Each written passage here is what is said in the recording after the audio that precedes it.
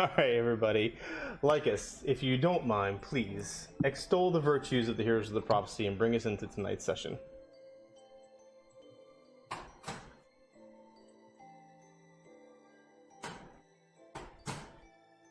Lycus? Oh, God, I was already unmuted. I just muted myself. I was like, what the heck? All right. This is turning into a fucking night. So, Go ahead. last time on Heroes of the Odyssey. Dramatic pause. Our heroes, armed with the knowledge of what dark rituals occurred during the initiation to the cult of Lutheria, we ventured forth to save the children of Mitros before their untimely demise. We returned to the Dark Temple and finding the doors locked, Cyanus gained entry through lawfully frowned upon means. We began to explore the known corridors, seeking out any source of these children that we could find. We learned during our search that we were not as alone as we thought. Some of the church attendees had returned to their quarters. We feared that the ritual may be over and the children were possibly lost. Not giving up hope, Cyanus was able to find a room under the silence spell.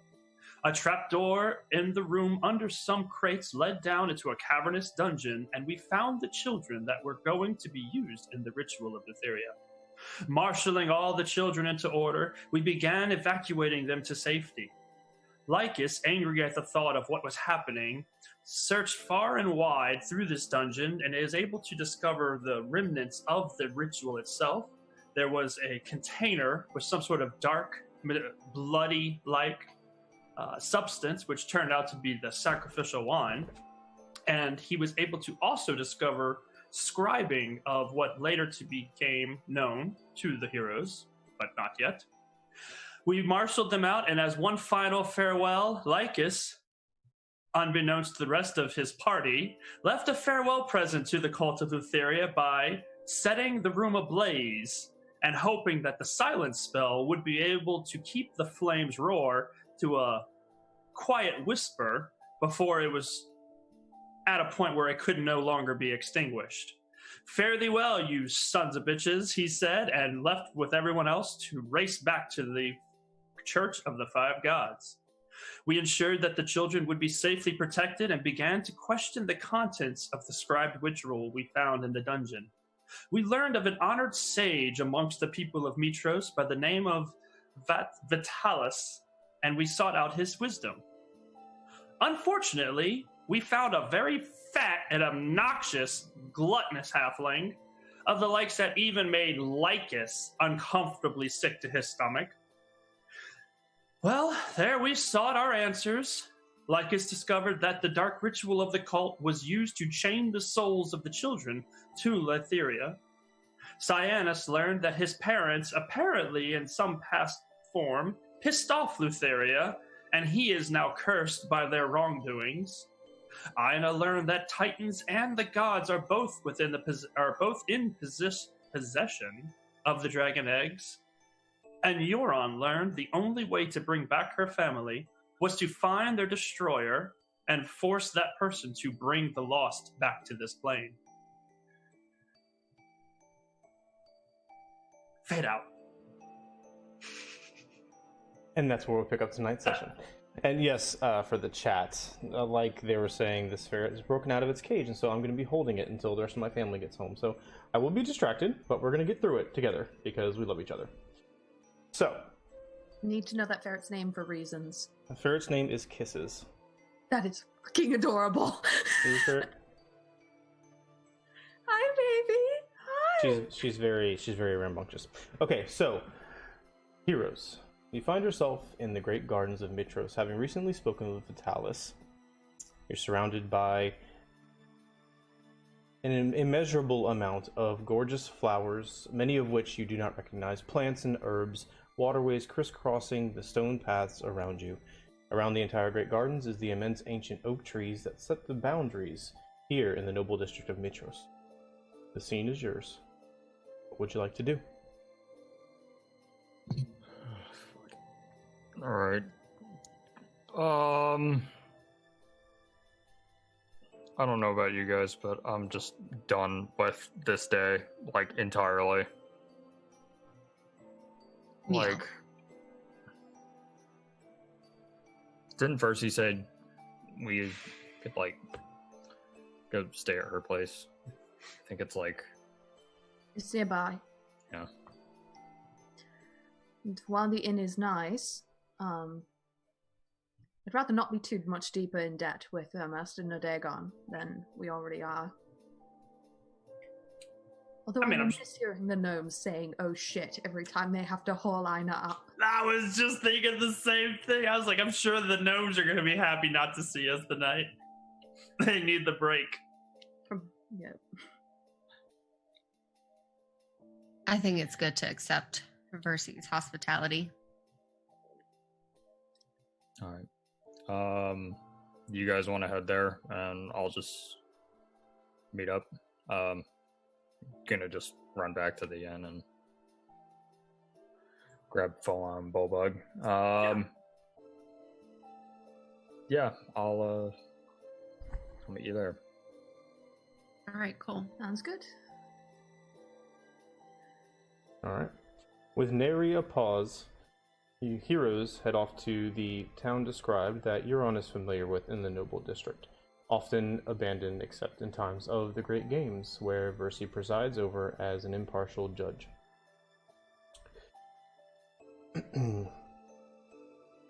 Planus. Yep. You return back to the Titan's Rest Inn. There you find Folon and Bulbug taking in a bit of a snack, it seems, kind of resting up after the ordeal they've had over the last few days. Drinking some wine, enjoying the atmosphere. You briefly explain what's going on with them, and they hurry upstairs. You hear, "Oh shit!" from the back as Folon rises up the elevator, and then with a very brief amount of time, they come back down with all of your belongings between them, the two massive individuals carrying the bulk of it, that which you left in the room. You nod towards the innkeeper and make your way in the same direction that was described to you as well.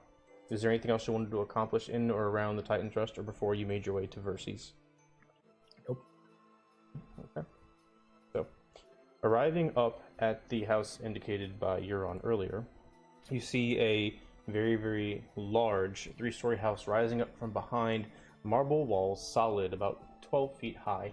Within the bronze gates, peering in the slats, you see a quaint but well-manicured garden. There is 2 centurions on either side of the front door, and you see several more walking the grounds around the walls. You open the gate as it swings freely and step up to the door, knock, and Lorius responds. Oh. Dianus, it seems that you brought the rest of your friends. Everyone else is inside. Please come this way. Let me take those things. I'll ferry them up to your rooms while you make yourself comfortable. Thank you. Where's Lorius's face when he sees Bulbug?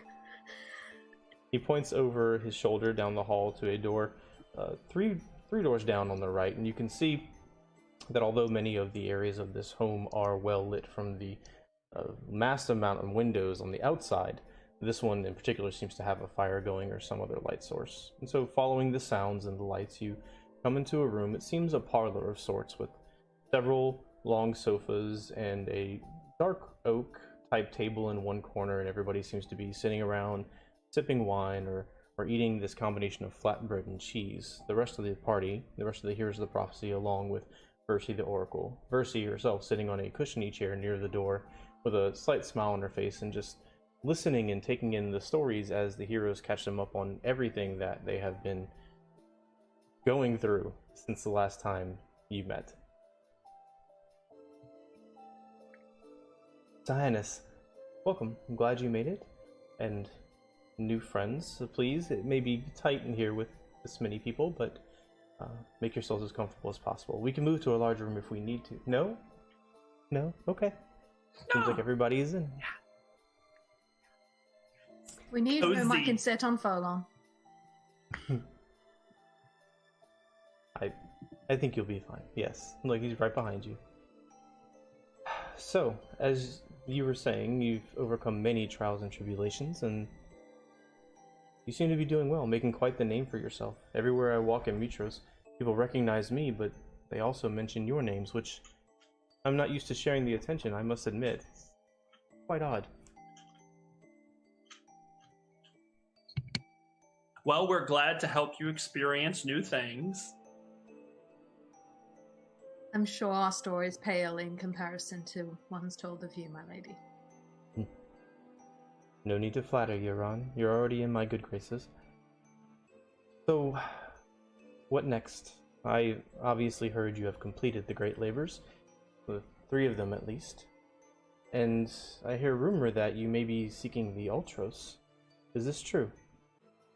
You have heard correctly.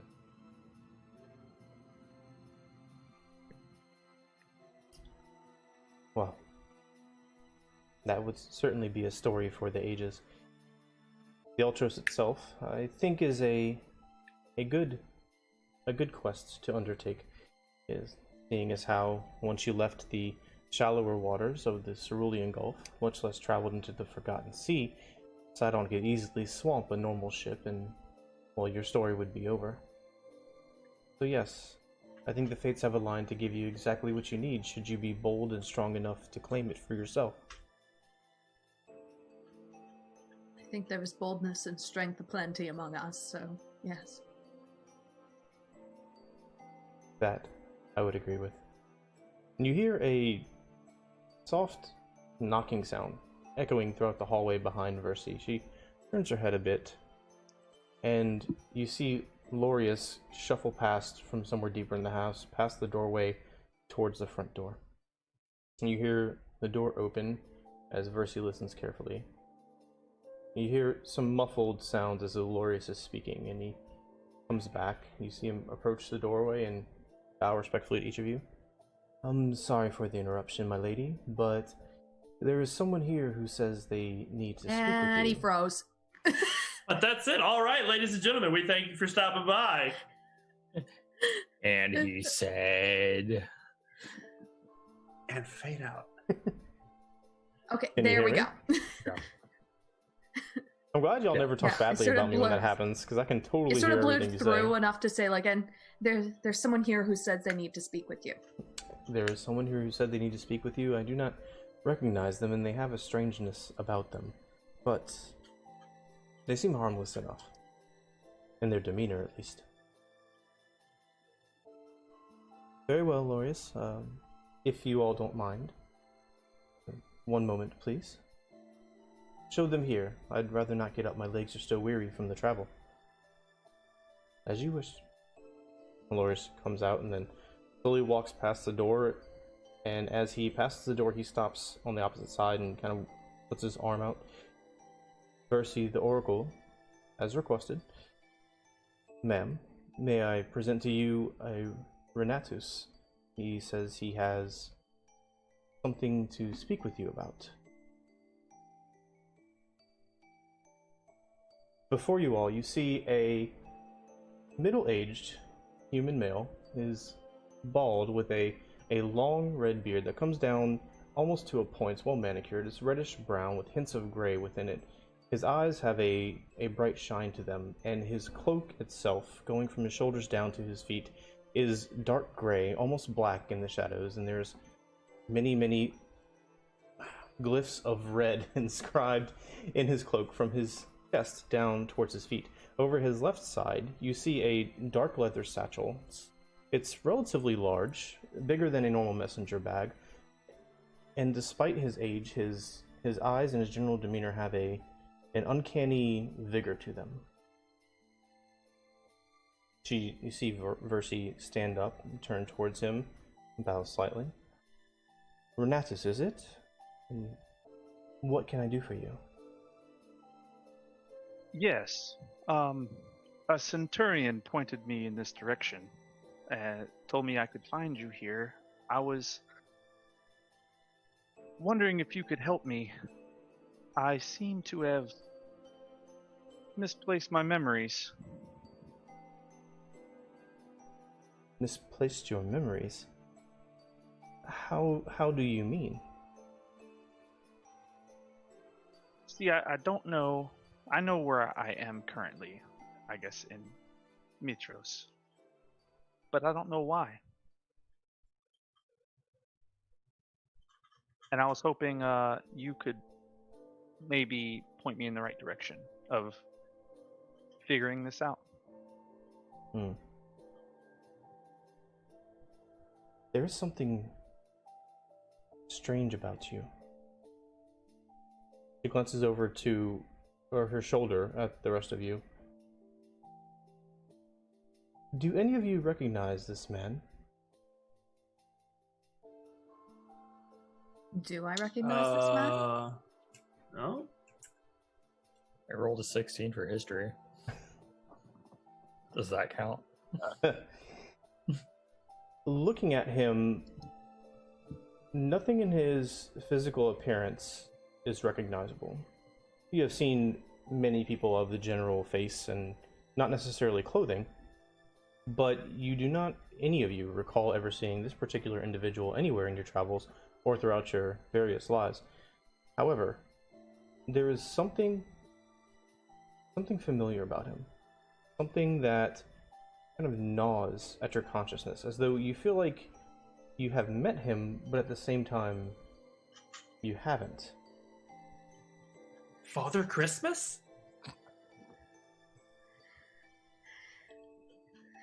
Euron's gonna get up and walk over. So, for reference, you see a woman with snakes coming out of her head in all armor. Walk over, and she starts kind of walking around you, sort of like peering at you, trying to see, like, does she recognize your clothes? Dear God, did what happened to me happen to you too? But anything? Neither of you have any recollection of the others. And you don't see anything familiar along those lines when you look upon this individual. If what happened to me happened to you too, then no shit we don't recognize you. I got one quick question for you. I just need to see if I can actually trust you. Do I look like I have a glow to me? He does not. And not that beautiful face. No, I do not see any glow. Good. It would be purple if for additional context. Good, because if you were one of Lutheria's people, we wouldn't be talking right now. I don't think the Oracle would like having blood on her floor, Cyanus. Yeah. I mean, it's not like it's the first time it's been spilled on her floor. Right? She didn't mind when we were She's saving taking her the- blood at the temple. Yeah. No, this one is no servant of Lutheria. Those are fairly easy for me to point out. They have a strong attachment, almost as though an ethereal string. In fact, all mortals do. It's just with them it's stronger and corrupt. Lutheria has a, how might you say, a bead on all the mortals, so that when they die, she can claim them as the Queen of Death. But quite the opposite with you, Renatus. I see, rather feel, no such attachment at all. Is he immortal? That's what I took from that statement, my lady. I would say so. He seems flesh and blood just as the rest of you. I sense no divine spark within. Come closer, Renatus. Please. Of course. As you approach her, she takes her hands up to the golden circlet that rests over her brow, the one in the shape of a gilded eye. And with both of her hands, one on either side, she slowly and lightly, looking just at you, Renatus, lifts the golden circlet, and beneath the gilded eye of the circlet reveals a third eye in the center of her forehead, centered within. And as the eyelid opens, you see what would normally be the white part of the eye is a bright red and flecked with bits of dark brown and black, and the pupil itself is all black and shaped almost as though a cat's eye. Look into my eyes, Renatus. I must see something. As you look into all three of her eyes somehow all at once, you lose focus for a moment, and then, before you can realize anything else, the circle is coming back down. She glances over her shoulder at the rest of the party and back at him. I don't know who you are. I've never not known who someone is. I have seen neither your face nor remember your name in any of the many prophecies I have seen.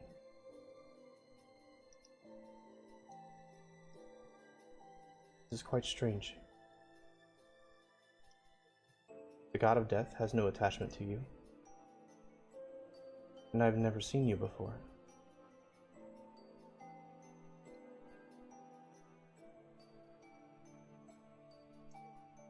My friends, there is something unique about this individual. I'm not sure what it is. I'm not sure why. But it's possible that his fate is intertwined with each of yours.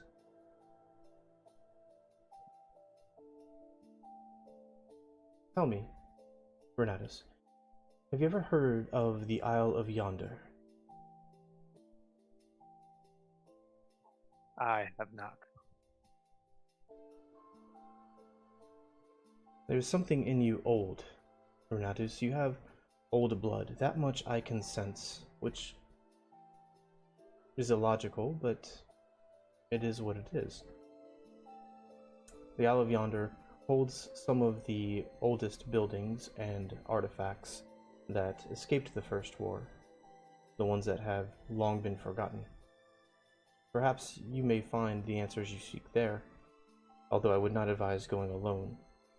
And if my suspicions are correct, the heroes you see within this room will head there eventually as well to fulfill their own prophecy. It may be wise for you all to travel together, for a time at least, to see what comes of this. Well, we can always use the extra hands. So, more the merrier. I think I know what's odd about him.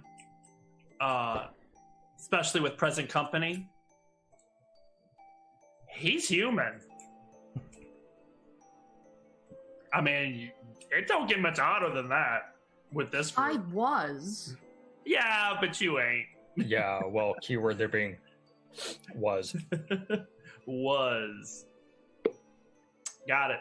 Got it picked out. Somebody get me a drink. There's wine right in front of you. Yes! Like, is it really that drunk already? You didn't see it right there in front of you? What?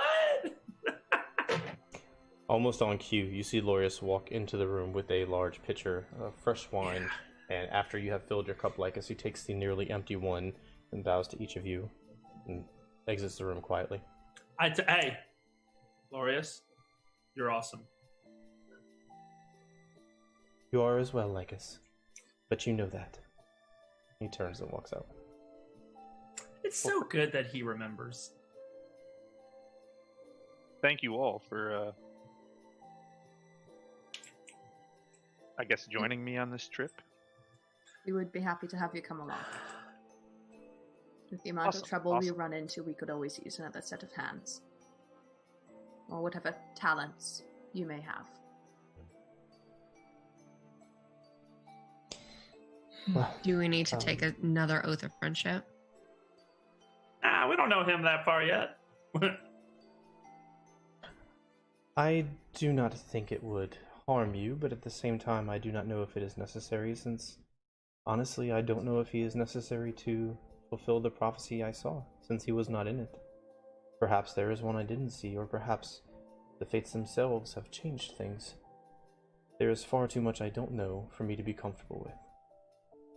However, as I was saying earlier, I am very exhausted, and I believe there is much left for you to accomplish in Mitros to gather the support of the people here for your journey ahead. Whether you sail to the Cerulean Gulf or run off into the wildlands to forge your own destiny, to the dismay of the people of Thylea, this would be a place that having the support is almost necessary of, so I will leave you to that if you have nothing else of me before I retire to my chambers. I think not, my lady. Rest well. Looks Good at night, each ma'am. of you. Looks at each of you one more time, make sure there's nothing, and bows her head and silently glides across the floor, out of the room, and down the hallway. So, you find yourselves with a stranger you just met, named Renatus, in the parlor of Versi the Oracle's estate here in Mitros. You have many tasks ahead of you. It is up to you to forge your own destiny and find your own way. So, heroes of the prophecy, what do you do now? Perhaps we should make introductions. Ah, yes. Since I am the stranger, I guess I will go first. It'll be short, I assure you. My name is Renatus. Complete. Where you come from? I will answer that in time. I was hoping he would say, I don't remember. Then I could pretend like we didn't have this conversation already, and so I could repeat it again. I'm Lycus. Nice to meet you. I am your entertainer / bard extravagant. And I welcome you. Welcome to the party. Well, thank you. I like parties. I learned a great deal from parties. I will join you in your wine endeavors as well. Excellent. Looks like we have another drinking buddy. Absolutely. Oh, dear gods. The only way to know that someone's true metal.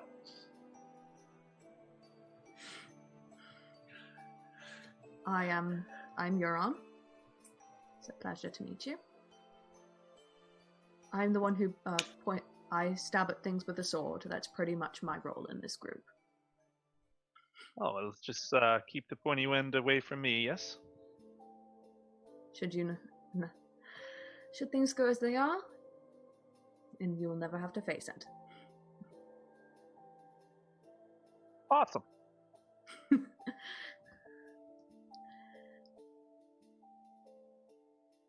And forgive the little ones, they will be staring at you on occasion. But they mostly stay undercover. At this point, you'll see like Lycus's fingers start to like approach the hood and try to pet the snakes. One will bite you.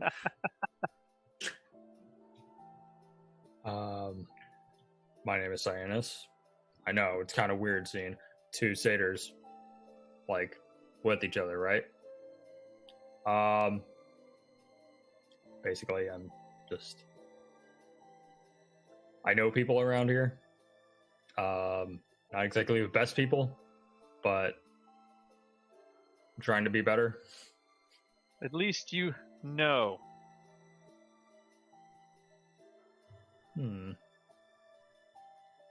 I don't think he would find it strange two satyrs are together. He probably doesn't know how many satyrs are supposed to be together.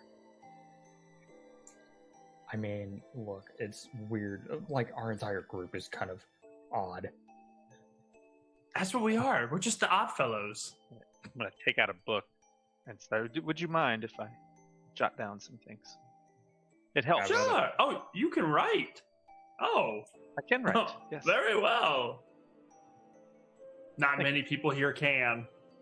I will punch you like I didn't even look at you yet. I was literally about to say I look at Euron. Damn, you already knew it. Lycus, darling. I didn't say shit. And then that one over there is Folon. Yeah, hi, Folon. How you doing, How do you fella? do? Mighty fine. Yourself? Don't be bashful now. It's all right. I don't bite. Hard. Please, no biting. Don't worry about me. I don't bite. But that Ina there, you get in a tussle with her, she gonna bite, kick, scratch, and everything else. So you watch her back. She's as strong as she looks, and stronger. Oh, wow. That is quite strong. And I am Bullbug. You see the large Minotaur step forward. Nice to meet you, Renatus. If you are a far traveler, it would be nice to engage you in conversation from time to time. I miss wandering around as I once did. Anytime, anytime. He bows his head a little bit, puts a fist on his chest, and steps back.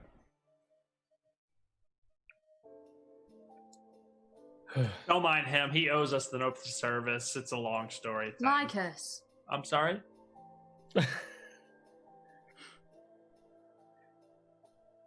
Yes. The oath of service. I know it well. What do you know of it? Nothing.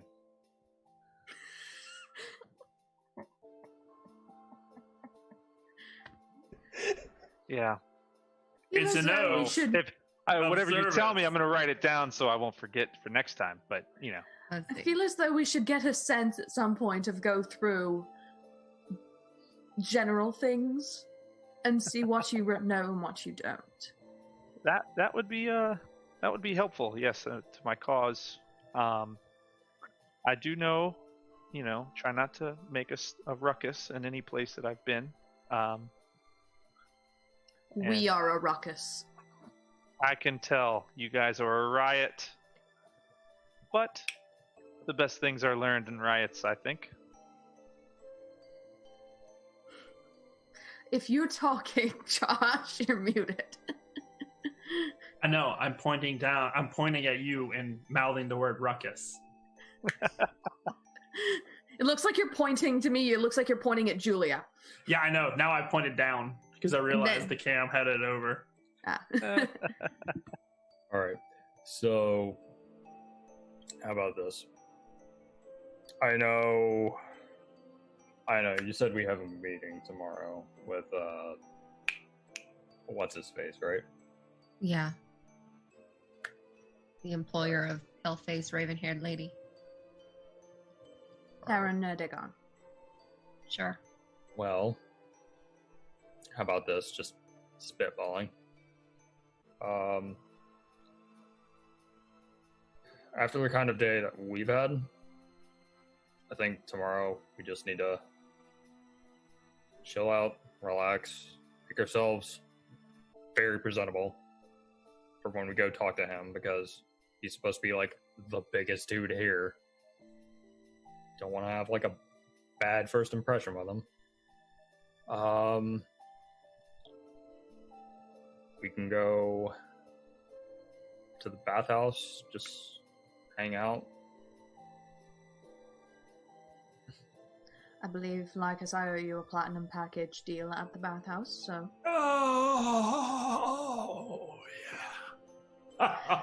Oh yes. We're not even at the bathhouse. Good God, man. I already feel the hands. I got this crick right here and here. And this Can I arm lean is- over and just, like, the first spot he points on his neck, just press my thumb into it? My back is so tired of carrying all this heavy weight I jab the harder par- into his of neck. of the party.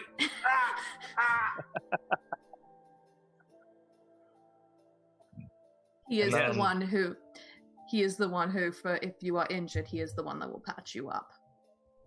And then And she's maybe, patching me up. And then maybe if we have time, after we're done with the whole bathhouse thing, maybe we can head up the library and show our new associate here a few things. That would indeed be helpful. Well, sounds Oh, what are we waiting for? Let's go. Come on, Fred. We're going to the bathhouse, and it's on. You're on. Oh wow. You want something to drink? Hey, I got a cool. Like you want something to drink? Yes, please. Do not drink from it directly. No, duh. He knows. Here you are, sir. He doesn't. Don't mind her. She just can't handle her alcohol. It's more. And you see me pouring the most exotic, delicious, amazing wine out of a dragon's horn. It's a smaller dragon's horn, but it's a dragon's horn nonetheless. Thank you, friend. Yo, you are welcome. Know it well, for we are close friends.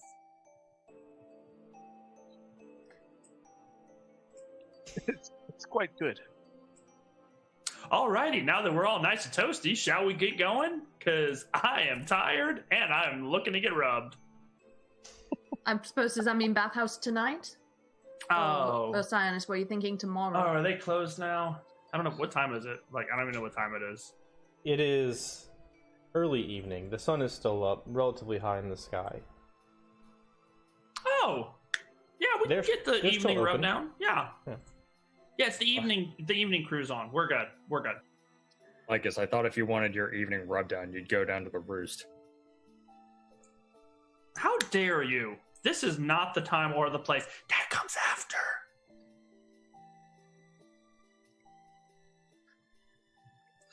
Renatus, do you know what they're talking about? No.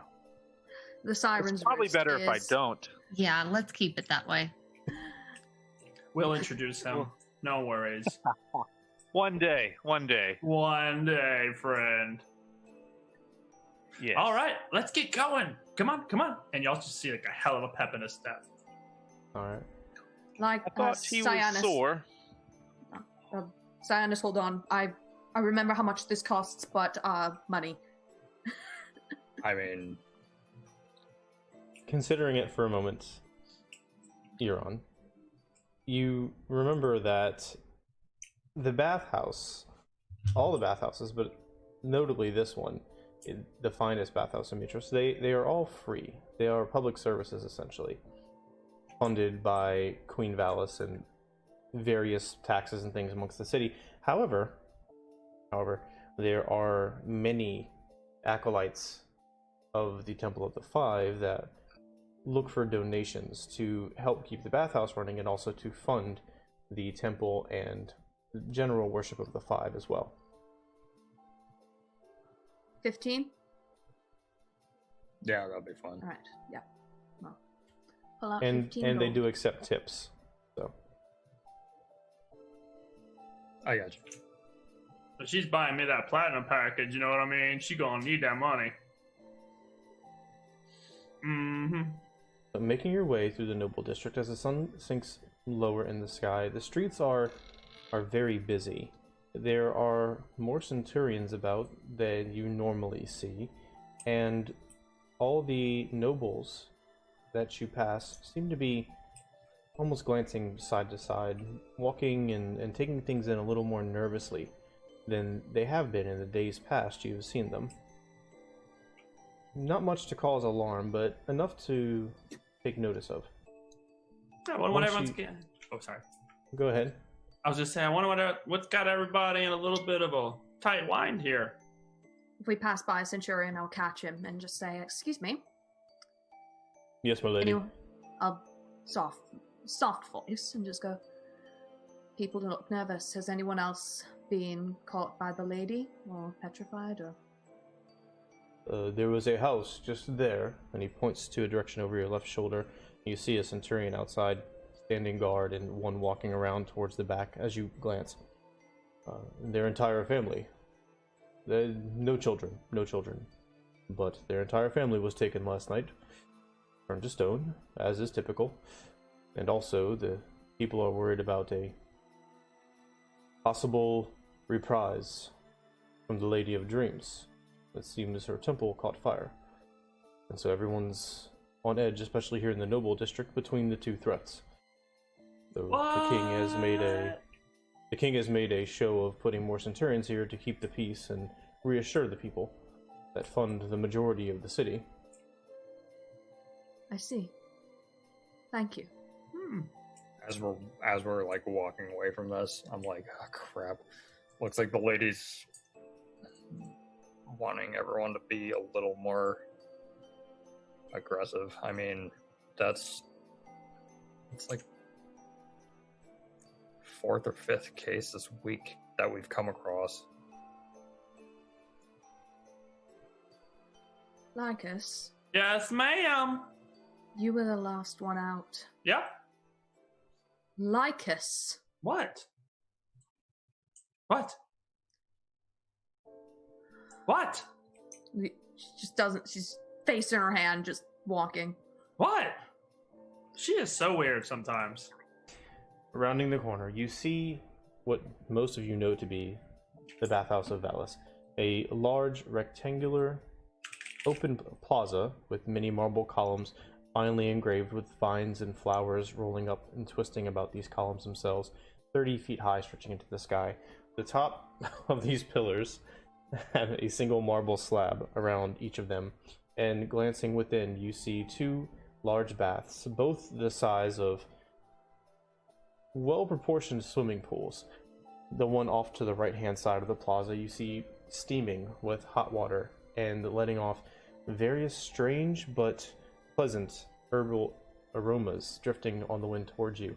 The one on the left, you see people climbing out of, wrapping themselves up in thick towels as though the water is very, very cold.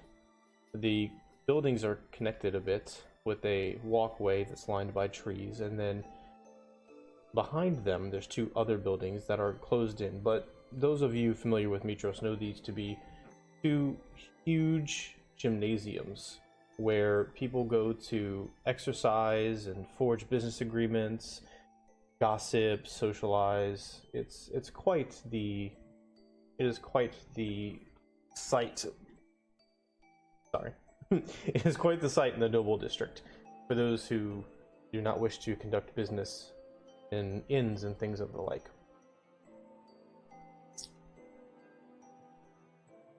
As you approach within, you see a young acolyte in a gray toga, similar to the ones you saw catching donations elsewhere in the noble district. He nods at you almost expectantly with a handout. In the glory of the 5, if you don't mind, a donation would be most generous and appreciated. Glancing at each of you. Then I just hand over like 20 gold. More than we see in a month. Thank you very kindly, sir. Mitros be with each and every one of you. Enjoy your stay here in the bathhouse. Thank you. Thank you.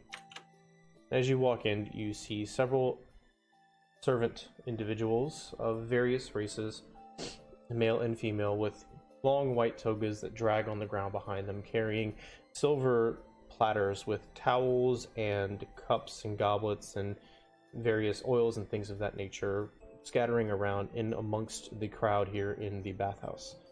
There is the large swimming pool off to the right, the cold one off to the left, and then the gymnasiums and many benches and tables made out of finely crafted marble and dark oak scattered about. Is there a spot to change? Or a spot at least to put our clothes once we take them off?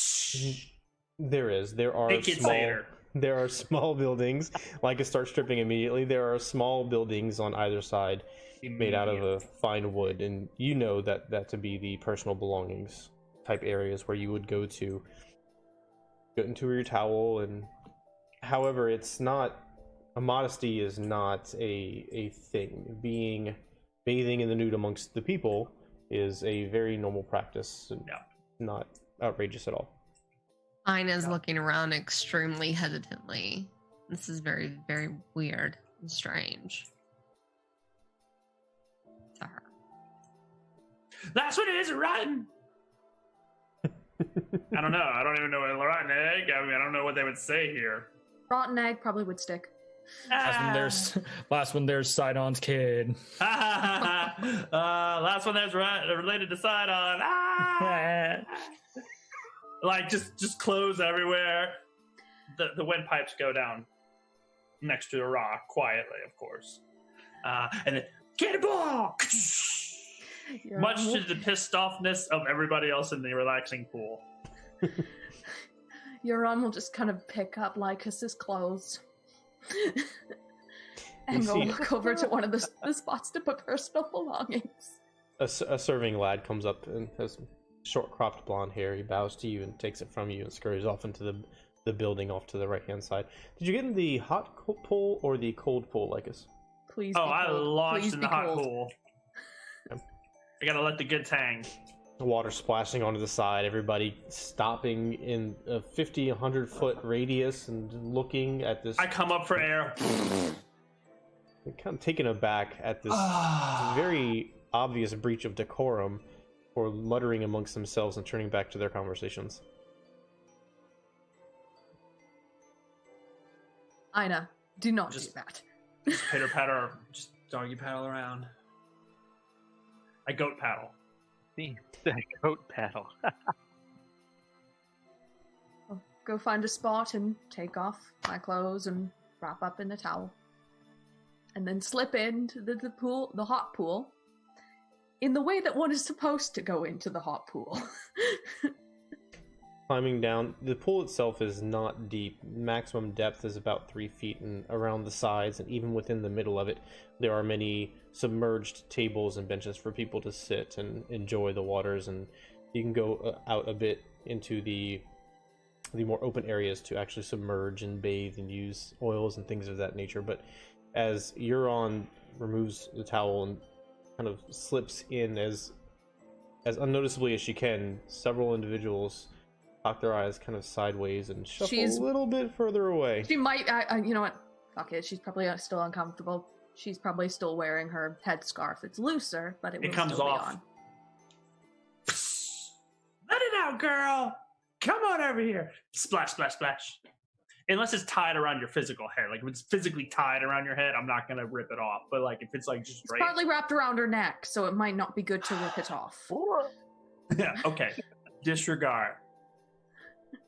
I'll be like, y'all want a drink? And I'll hold like my palms to their snakes next to her head.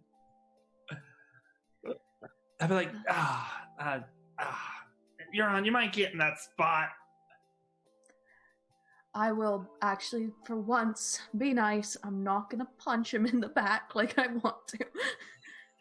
But I'll just press with like the heel of my hand.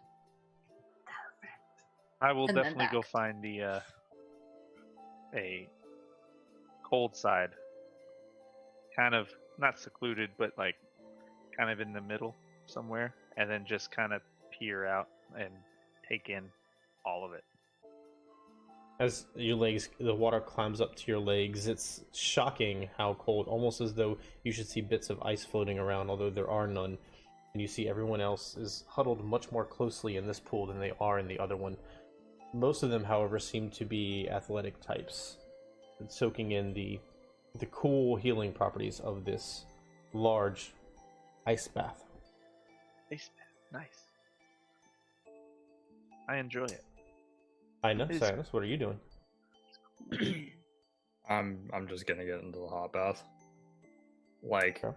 after everything that's happened today, I just want to sink into like as much of the water as I possibly can. So I'm just like, I go in and I basically just find like a spot where I can basically just like crouch and just pretty much the water goes all the way up to like right here on me. And I'm just like peering out of the water, just like, oh god, just letting it all just like hit me. Isla, you want to come in? Not really, but I will. So I'll like gingerly enter the pool. And I'll ask Euron, how long do we have to stay in here?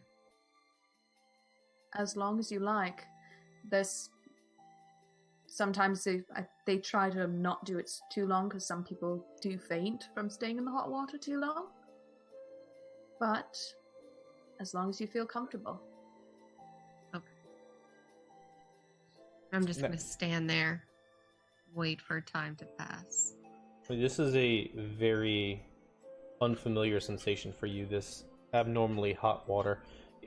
It's not uncommon when you have muck and blood and things on you to use water warmed by the sun to clean yourselves off out in the heartlands, the plains, as you're used to, but this steaming water is something that you just don't find, and if you do, you stay away from it because it is generally thought of to be dangerous.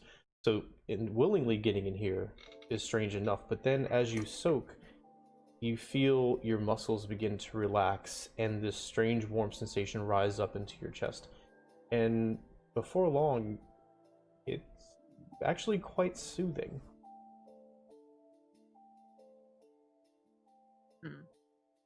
That makes Ina suspicious. That's the whole point of this. I'm just gonna get dirty tomorrow. Are the pools like right next to each other? They're a good 25 to 30 paces apart. You can see each other clearly, but you'd have to shout to hear each other if that's what you're asking. I eventually I will get up. And I'm imagining this like a plunge pool at a hot spring, sort of. So I would have to say I'm unfamiliar with that, unfortunately.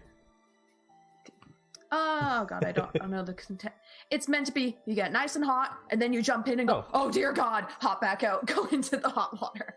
That is a common therapeutic activity here, yes.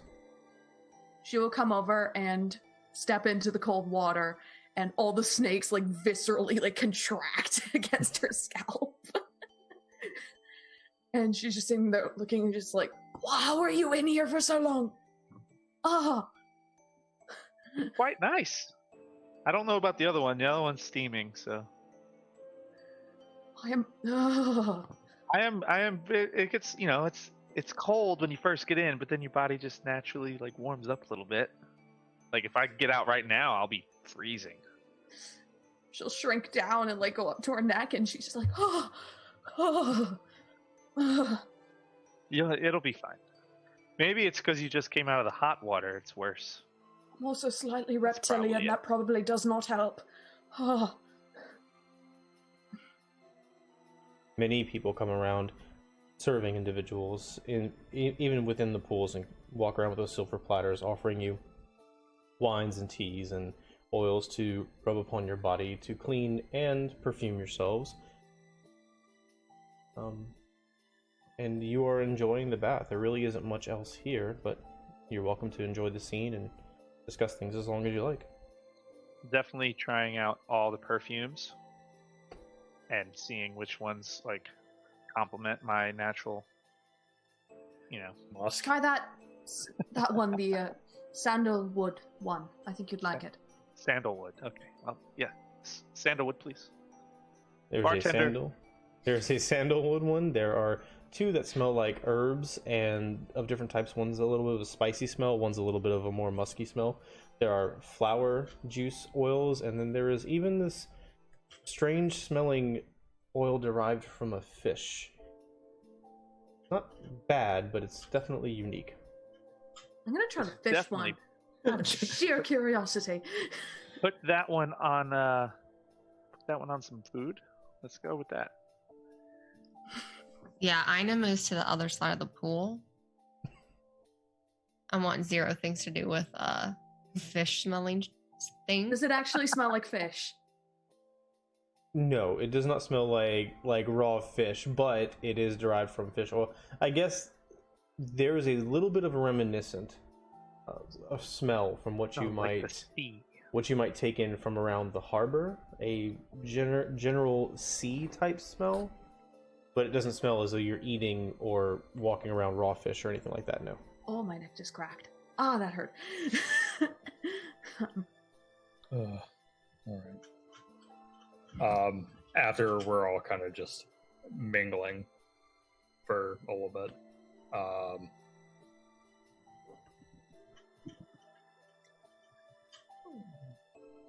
I call everyone over to like this smaller area that's like off to the side, and I just want to say to everyone that like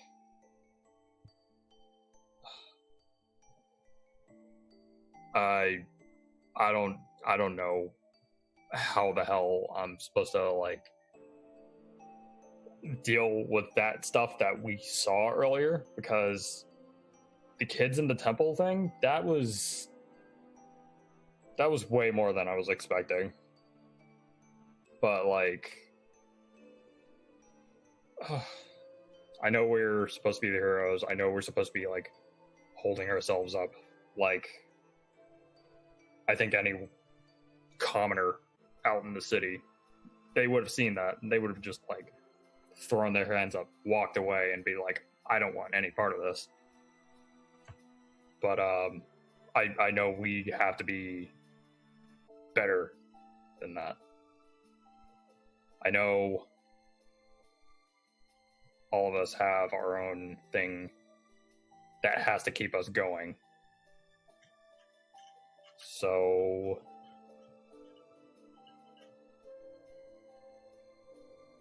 what keeps you guys going?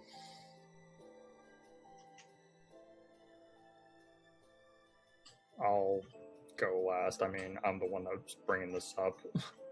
It's only polite.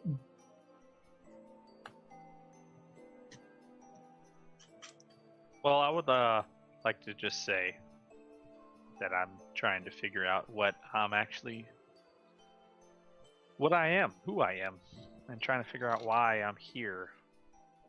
That's very peculiar, definitely.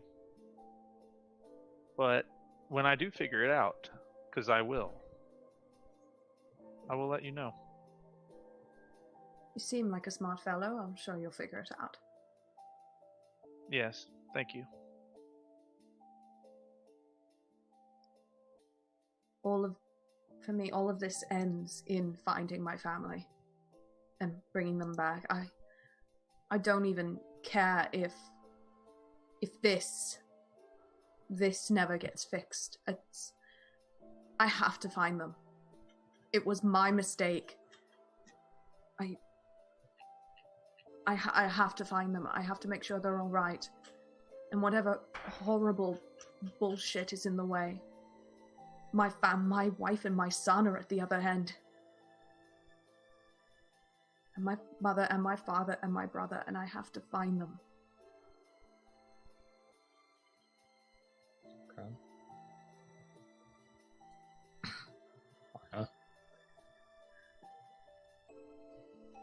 Leah wills it, and so I'm here. My name means reclaimed victory, so from a young age I've been preparing to get vengeance for my tribe, and this is apparently a step on that path.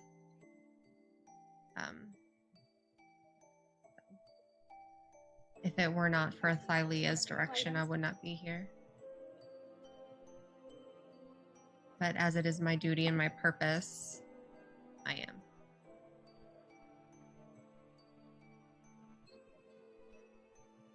Okay. I'm here for y'all. The adventures, the stories, the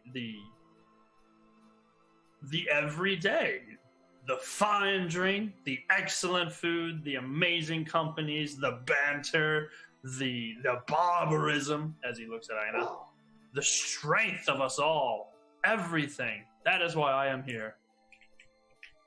Stories, you say? Do tell, please. I love a good story. All of us. So when we first were together, we destroyed the boar. We have defeated quite a few enemies in our time.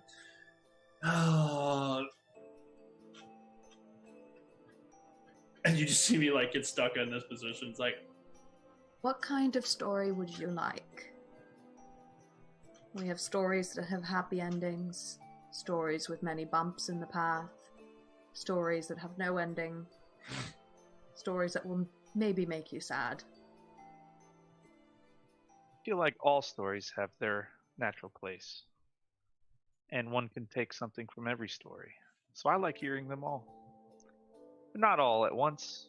If you guys don't want to share, or if there's not enough time, but perhaps on our journey there'll be time for every story. Well, I think it's time you guys hear my story now. And of course, this is when Josh is left. God damn it! I mean, I can stall. I can stall. You just see Cyanus kind of just like, pretty much just bracing himself. And he's like, the biggest reason that I'm doing this is I want to know, after all of this is over and after I am gone, I need to make sure that I'll be able to see her again. Oh. So, you guys remember that I told you that Cyanus wasn't my real name? Theranos. Yeah, I'm doing this so I can make sure that I can see Cyana again.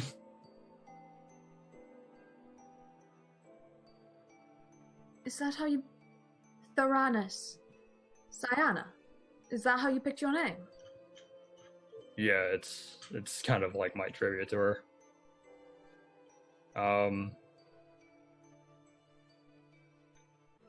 Basically, whenever my uncle brought me to the city, it was kind of just like me, him, and then like the rest of the people down in the sewers for a while. But one day when it was just like one of my off days and I was just kind of exploring Stygian Row, I met her.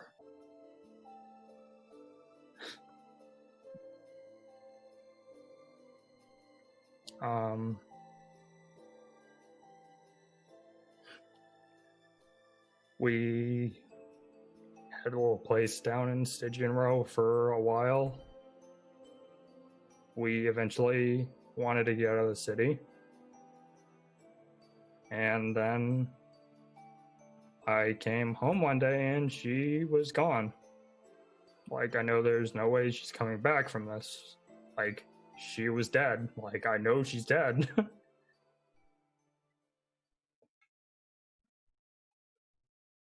And that threw me into a really, really bad time. And I eventually ran from the city. I thought I could find my purpose, and then I ran into all of you guys, and here I am. And for the briefest moment, whenever we were up in that mountain, and I died, I thought for a second I would have seen her, and then all I saw was Lutheria.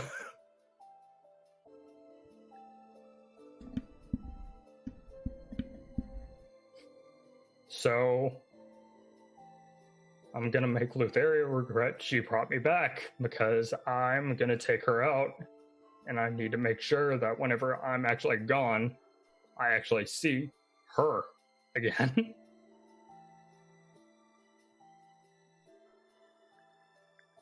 Would you like a hug? And I'm just like, no, what I want right now is a drink. And then I just take the horn from Lycus and I just start chugging hard. From the horn? Not from the horn. I'm just like water. That's what I was about to sound like. Ah!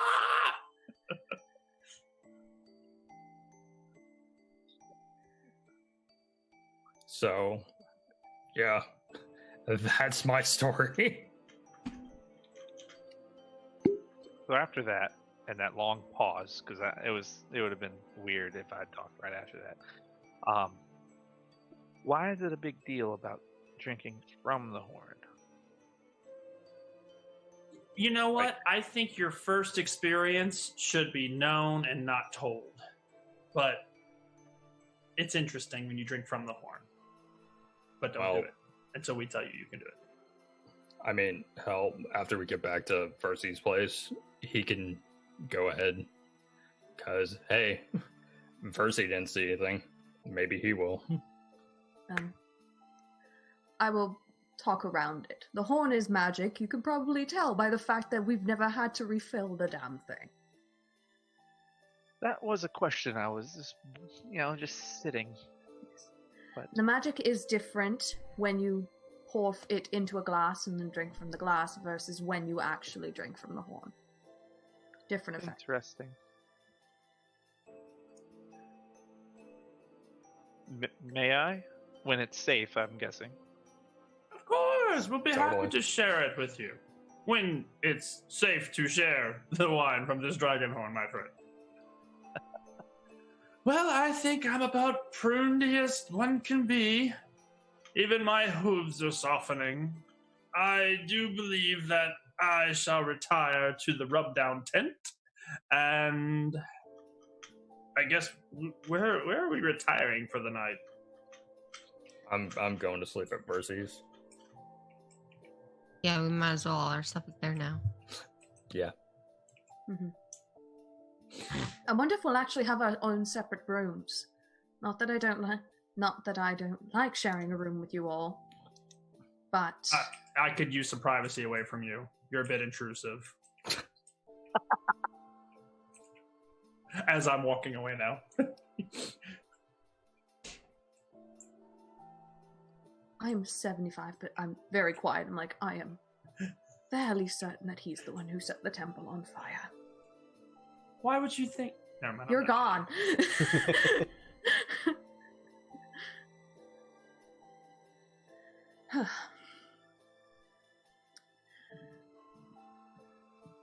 Well, in the spirit of slightly happy, slightly sad, we're talking about ones we have loved and lost. Like Cyanus. I met my wife in that building.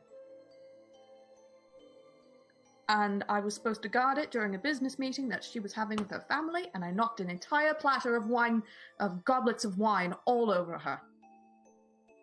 And somehow she agreed to go to dinner with me after that clusterfuck. I don't know how.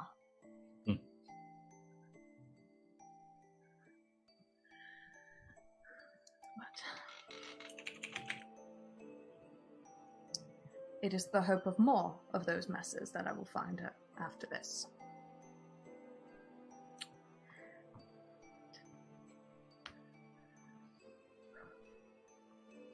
All right. I kind of want to see if one of those gymnasiums has a wrestling area.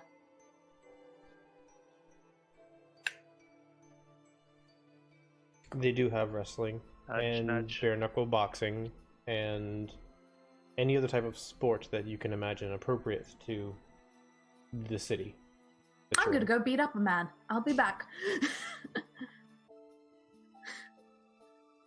After having gotten nice and relaxed, I'm gonna go put on some clothes and then go to the bare knuckle boxing.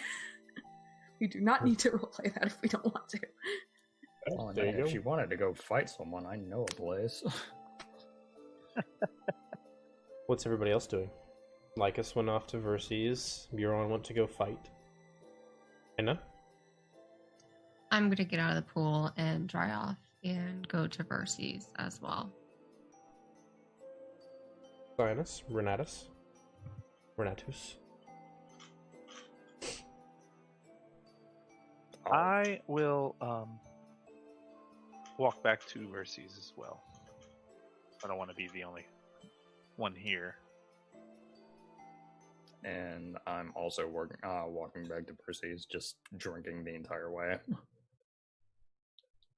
All right. I will join you. Yeah. Now that the sun has gotten very, very low in the sky, you find your way back to versus each of you in time. Euron following when she has worked out her frustrations on some poor soul's jaw. Her You lip is find- bleeding, and there's like a bruise in the shape of somebody's ring, like on her cheekbone. Unity. But her knuckles are like a couple of her knuckles have split, but she's just grinning the whole way. You find that you do have individual rooms here on the second story, each of you. Even Full-On and Bulbug has his own room. It seems as though there's 15 or so rooms scattered amongst between bedrooms and dressing rooms and even a private meeting room up here on the second story. Versi and Lorius are on the ground floor in their own chambers, and you are free to come and go as you please, as the Centurions inform you when you arrive back here at the estate. Your rooms are very comfortably appointed with large, comfortable beds. The stairwell, surprisingly enough, and bed are large enough to comfortably fit you, Ina, and Full-On as well, and even Bulbug. Although for him it seems like they pushed two beds together and took the foot of it off so he could lay out completely. There's several candles and table and chairs and a wardrobe in these rooms, a really nice plush rug. And as the sun completely sets and night takes the city of Mitros, you all complete your evening activities individually, prepare yourselves, and then lie down for a very welcome rest. And that's where we're going to take a break.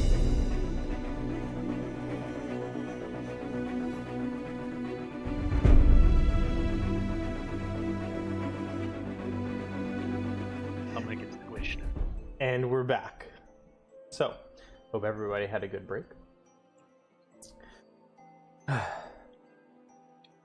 When we left off, you all rested your heads down for a much needed slumber throughout the night in the estate of Versi the Oracle.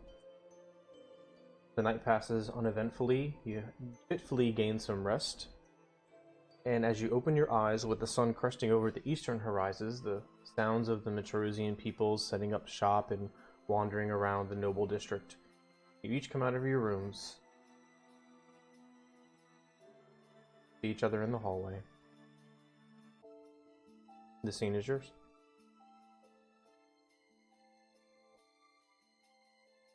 I'm already down there, sipping. Wow, look at the early bird. Someone didn't drink enough. You guys disappeared before I can get my hands on that horn. Right, otherwise he'd still be sleeping.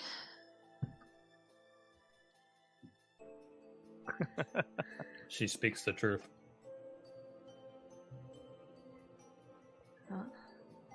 So, Let's get some breakfast. Food. Now. Let us eat with our new friend.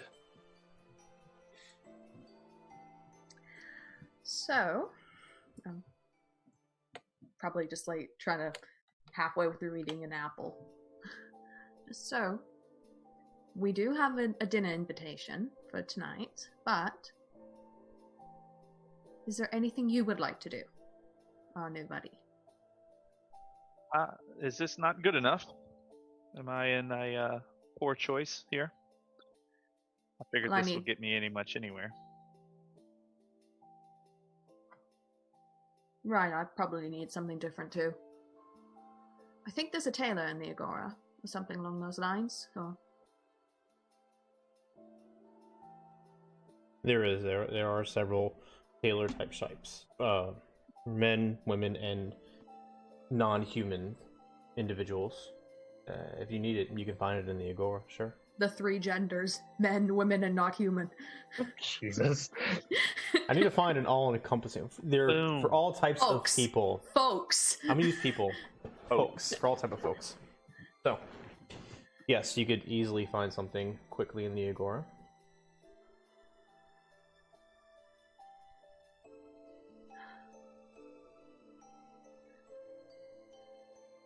Actually, I have a question for you, Renatus.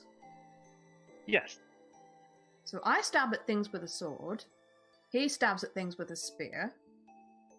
He uses magic through music.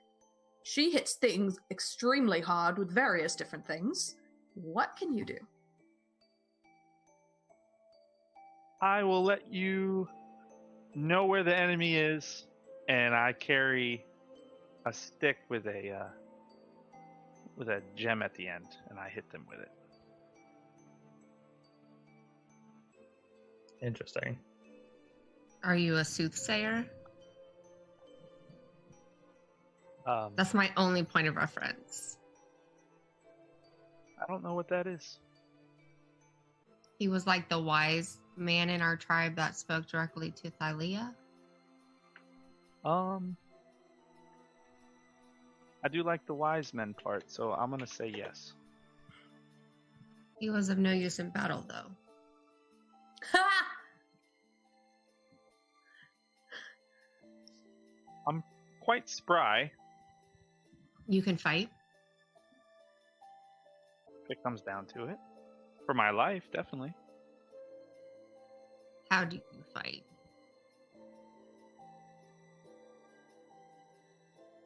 I just told you. You beat things with a stick. To keep them off of me, yes.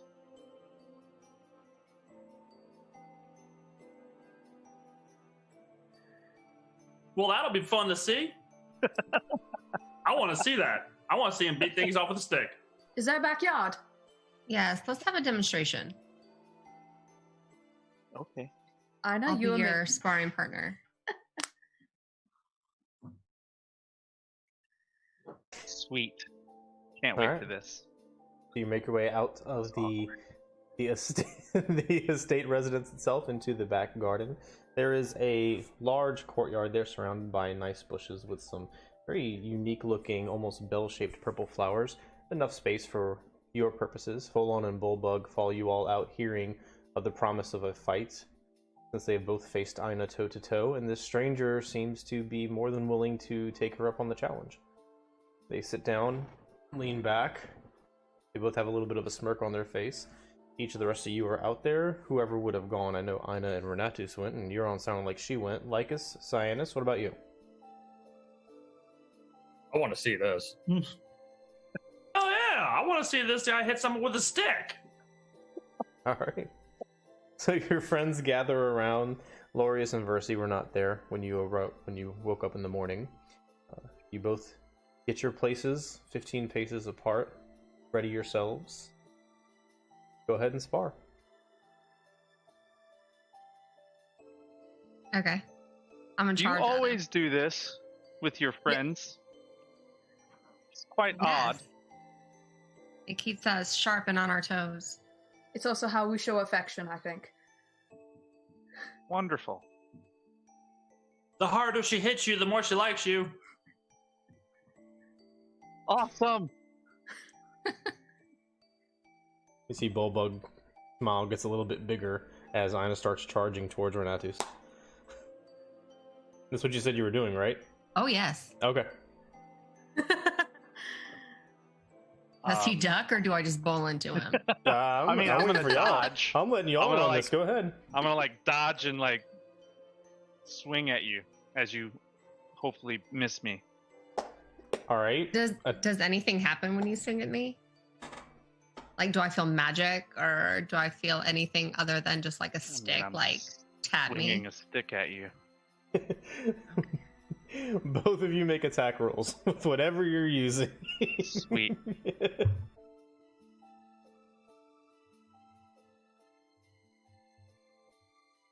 Guess I'm just using my body, so unarmed. I rolled 25.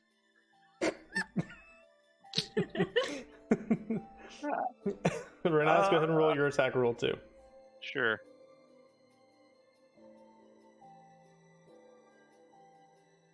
$14. 14. Okay. And you are not wearing a shield or anything. I'm assuming you're wearing your armor, right, Aina? Yeah, I've got my armor on. Okay, what's your AC with your armor, no shield? 15. 15. Okay. So Ina charges across in 3 great strides. She's upon you. You dodge out to the left, but she sees your movement at the last second, adjusts her trajectory, slams her shoulder into your chest, and kind of knocks the wind out of you as you lash out wildly with the stick, catching nothing but air and a little bit of her hair as she streams past you, turns to face you. Gasping for breath, you collect yourself and raise your chin up for the next round. Yay. And the group goes, ooh. Okay, so not necessarily so quick on the feet. So I'll just stand in front of him and like lift both hands. Like, are you ready?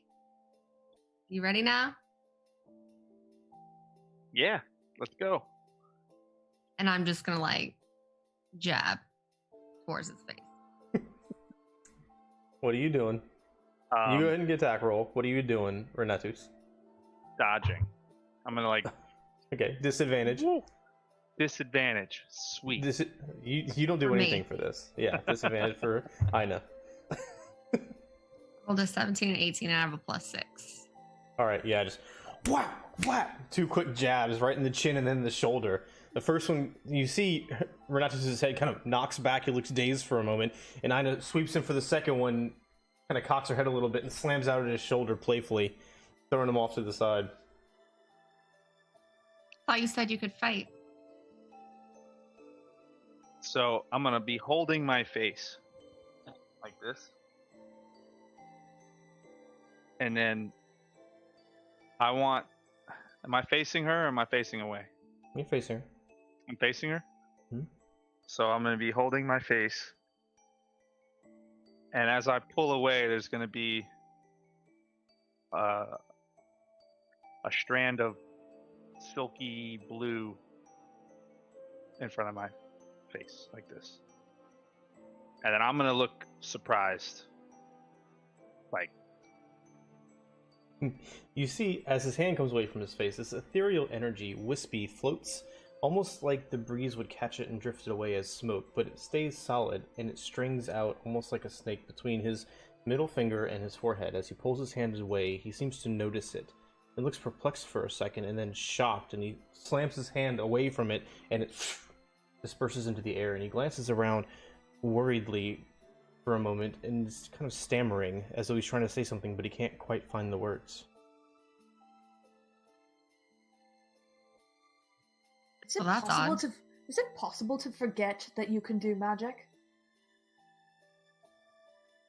I'm looking sort of like at Lycus or Cyanus. I'm gonna raise my fist to hit him again and see if it happens again. Go for it. wow. I rolled a 2 on my disadvantage, so probably don't hit you. Unless an 8 hits you. Jab comes out, and you don't see him even brace himself for the attack, but suddenly, as your fist is flying through the air, he almost seems as though he saw it coming and shifts just barely out of the way, narrowly missing his cheek by an inch.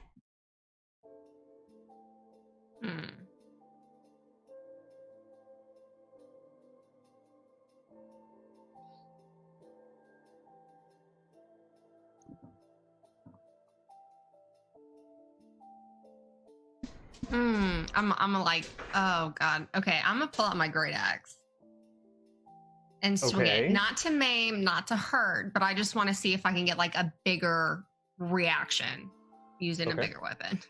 Go for it. If I hit him, I don't want to like actually hit him. I got it. Since you're trying to hold back, you can lower your attack roll if you want. We're Okay. not rolling damage, so... Okay. I I only definitely want to hit, kill though. him a little. Mostly dead. Maybe I can like beat the memories back in. I don't know. Maybe something to like click, you know? Muscle memory or something. That would be his skull. Remember, Bang! Remember! Simba! Remember who you are! It can happen. What's your attack roll? 18. 18. The great axe comes down, and you see he's not quite prepared for this. He almost looks as though he forgot himself. So at the last moment, you twist your wrists, and instead of the blade catching him, the staff itself hits him, cracks upside his head. He seems dazed, not enough to hurt him enough, but enough to let him know it was there. but you don't see any ethereal energy coming out. Okay. As you draw the axe back, this shimmer of bluish arcane light goes from his toes up to his head and then flashes back out.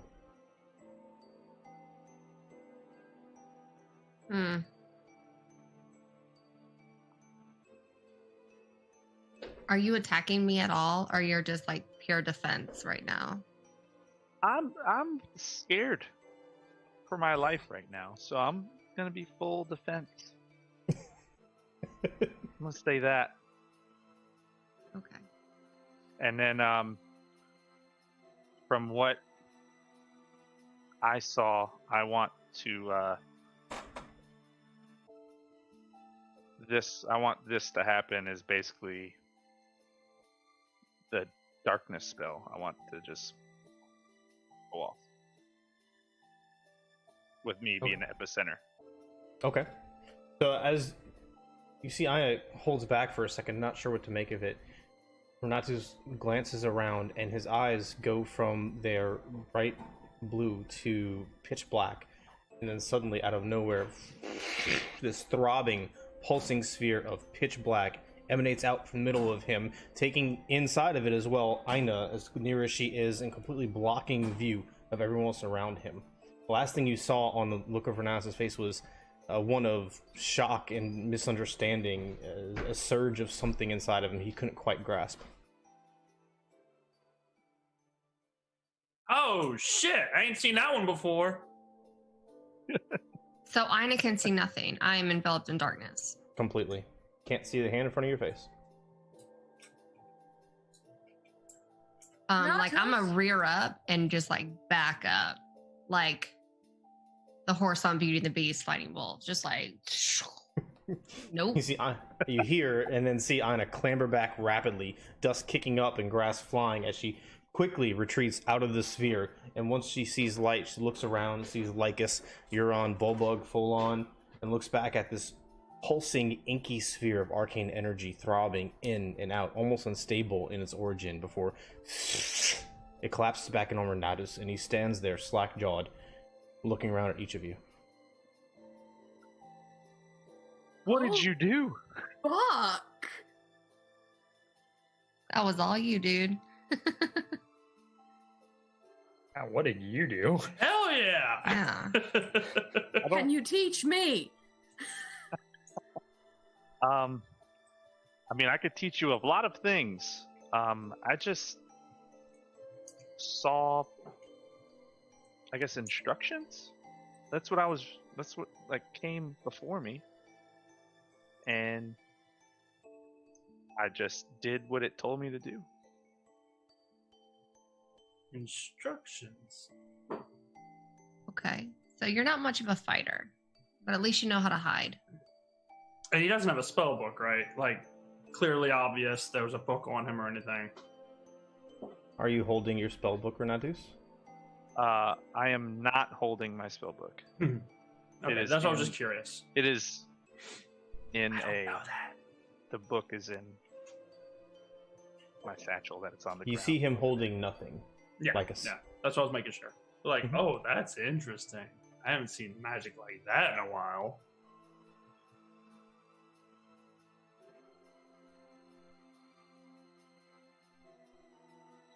Oh, that was exciting. Yes. Are we done here? I kind of, Do you want something for like- your head? yes, please. I didn't hit him that Very hard. tender. I'll go inside and get like a cold cloth or something.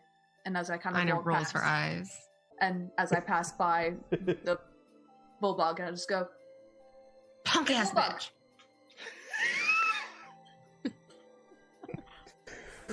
I'm sorry. Yes. Euron? Yes. I heard you're a good fighter as well. I have my moments.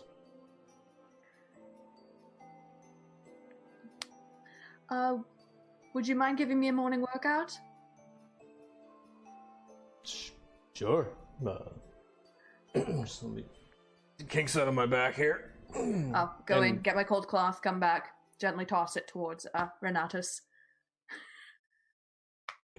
He leads you off to a little bit of a side copse in the garden, and then you proceed to spar a little bit for fun back and forth, getting the muscles worked out and working up a little bit of a sweat. So Euron and Bullbug are over there sparring. I'm gonna see if it's possible to suplex a Minotaur. Let's see if we can do this. Okay, go ahead and give me an attack roll for fun. Oh god. So they're gonna spend the next. That anymore. We changed our name. I can say it all I want. They're gonna spend the next few minutes sparring. What's everybody else doing?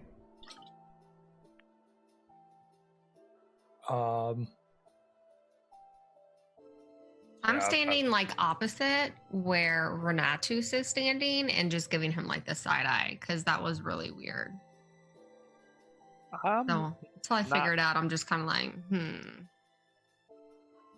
I'm gonna be obviously ice pack on head, and then I'm gonna be trying to figure out what the hell just happened too. So I'm gonna be like, You got it. Sinus, Lycus?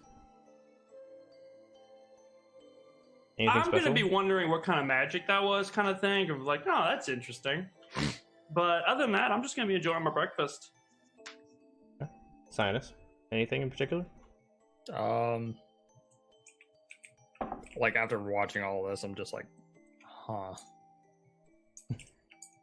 wonder if there might be like stories or something like up in the library or something that might help figure out what the hell that was. Okay. What'd you roll? You're on 23. 23. Not so much a suplex as it is. I mean, you do bend over backward, but it's more of a rolling slam because he is so much bigger than you. He does end up on his back, and you do pick him up, grunt over to the side, and he hits with a forceful thud, leaving a little bit of a large depression in the grass where he slammed. Yeah, not so much a crater, but yeah. You continue on for the next few minutes until you're sufficiently warmed up and sweaty and return back over to the party for whatever the day may hold. So what now, heroes?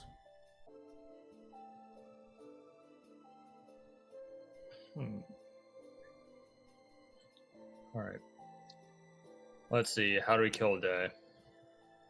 Because we did talk about the library, didn't we? Oh, yeah. At the very least, I want to see if I can find a better map of the ocean. So we can work out where this Isle of Yonder is. You guys can do that. After last night, I kind of just want to go take a walk around Stygian Row. Maybe go check out the Roost.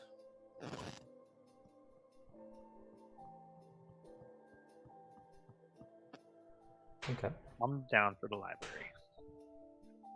A little while. You know me, I love a good library. You know I love a good book. And I love finding and sorting all the books too. So let's do the library. I'm definitely for it. Please don't piss off this librarian. Don't sort the books. Don't sort the books. There's a very specific cataloging system in those libraries that they adhere to, and I would thank you not to mess it up so that we don't annoy this librarian as well. Hey, and then do a spit take. Alright, so I hear library, I heard Agora earlier, I hear the Roost. Anything else? Or is that all? If they go to the library, Ina's just gonna hang back at the house and drill, shadow box, write in her journal. She has no interest in going to the library. Okay. You got it.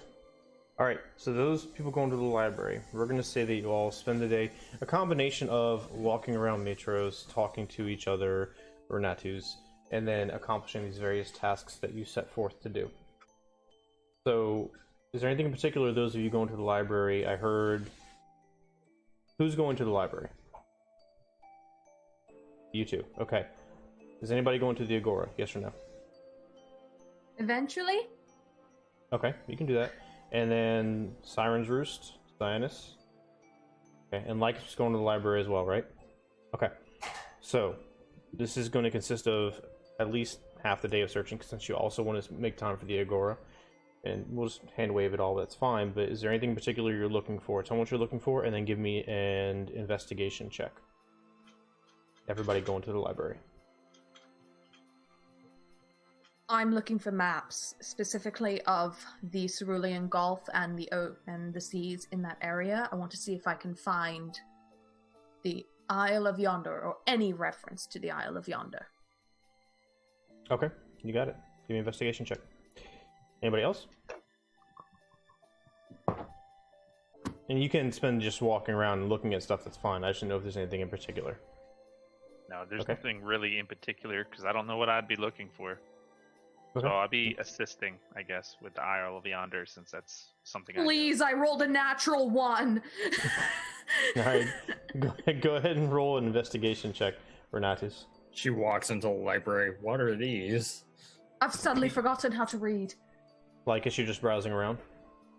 Yeah, just browsing around. Okay. Let's see. An investigation, right?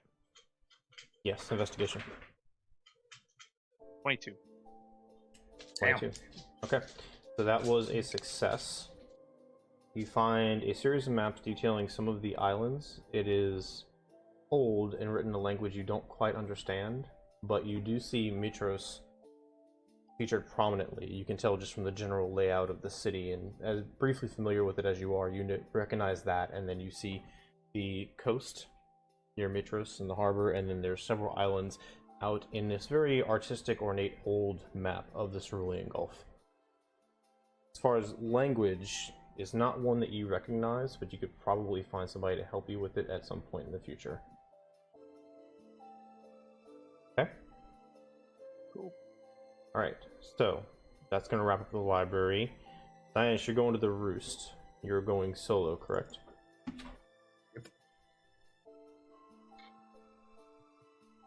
You make your way through the Noble District down into Stygian Row.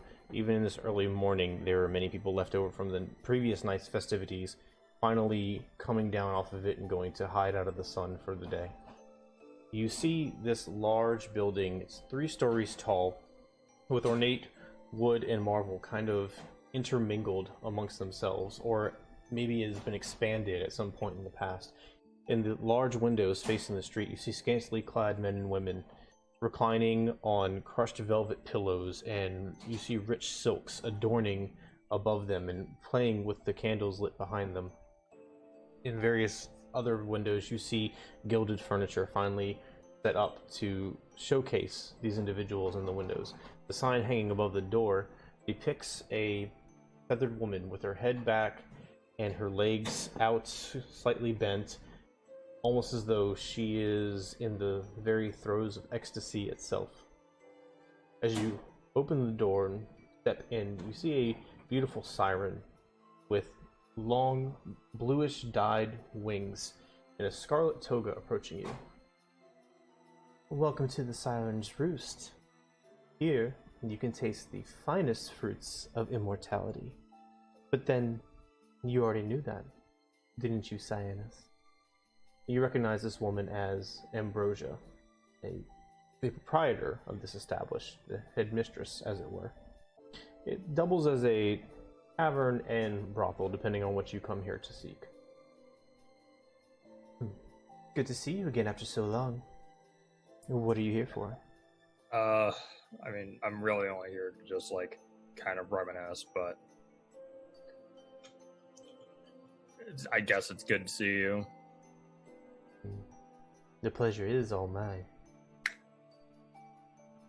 Well, make yourself comfortable and don't hesitate to let me or anyone else know if there's anything we can do to make your stay more pleasurable. And she turns and walks to another customer who just entered the establishment, and you see in the central area there's several plush velvet couches set up with people talking and laying around and doing other things, drinking wine, and grapes litter the couches as people feed each other and you get the idea. Looking up at the sides of the room, you see several individuals. Knowing what you know about the Sirens Roost, you know that all of the people here, the consorts, claim some lineage to a god or a nymph, hence the play on immortality. Glancing around, you see very beautiful examples of various races of Thylia, but one in particular catches your attention. Standing beneath a low-hanging lantern, you see the silver wings and the dark tattooed makeup of Tayron, your former party member, the one that left at the very beginning of the quest.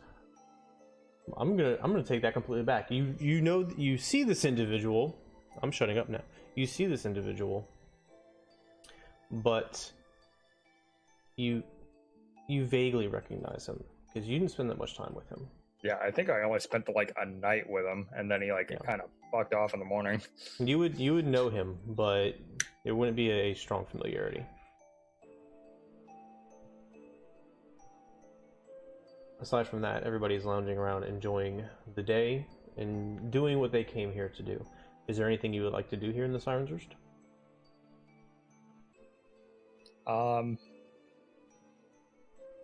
Since I'm looking around, I'm like, I don't recognize any of these people. But him, something about him is just off. I'm gonna go up to Darren, or who I presume is Darren. Fair enough. Glancing left to right as you approach, almost as though he's making it a point not to make eye contact with you. When you get close enough that he can't legitimately avoid it anymore, he looks down, turns his head towards you. Good to see you again, Cyanus. Yeah, big old city. I wouldn't think I'd run into anyone I've been around before.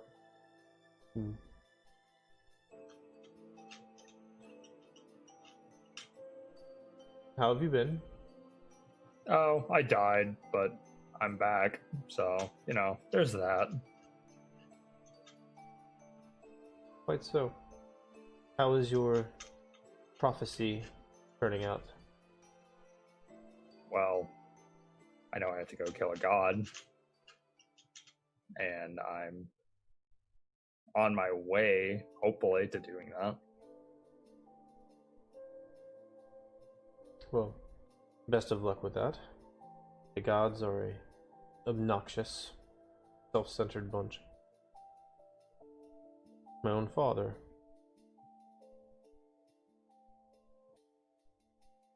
That is neither here nor there.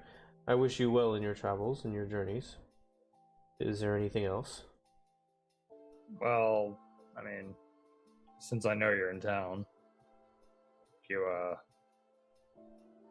ever want to talk to the rest of them, we're all here. We're just up the hill. No, I have heard. Everyone has heard. I may stop in. If you don't mind, I have people to entertain for the time being. And you're kind of blocking the view.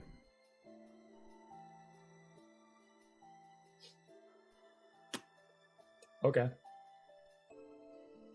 With that, I kind of do a little bow and back away. Fairly well, Cyanus. Be careful around the gods. They're more fickle than you imagine. And he goes back to trimming and preening for the company here in the Sirens Roost. So by this time, Euron and Renatus and whoever else would like to has made their way from the library to the Agora. You are familiar with many of the shops and stores here. The most notable ones that you have not visited, looking in your search for clothes and strange other things that may be of use in the future as you're kind of killing time till tonight's meeting. There are several tailor shops that cater to all types of individuals and all types of tastes, the finer and the more flamboyant, the more common and purposeful. A very, very well thought of shop for arcane type materials and things that are harder to find as far as herbs and tinctures and things of that nature is Zoran's Concoctions. You see it off on the left hand side as you enter, with many tubs and bowls of things hanging in the window, plants growing over it, and vials of strange liquids lining the front of the window itself, with Zoran himself looking a shadowy figure deeper within this shop, looking out upon it and speaking with several individuals in there. Over off to the right hand side, there is a large tent set up with a flamboyant sign painted on the side of it, known as the Great Menagerie.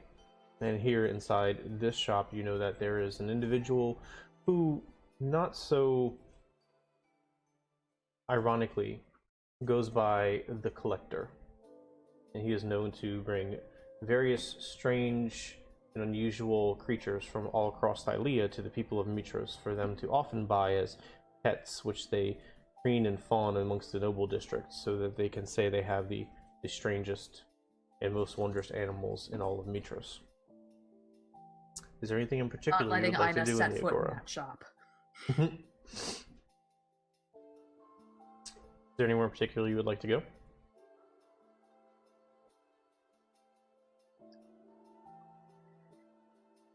If not, that's fine. You can just do tailor stuff, but... Renatus? There's a shop that sells arcane and magical things. You definitely did something magical. Maybe he knows what the hell is up with you. I mean, it wouldn't hurt to go ask questions.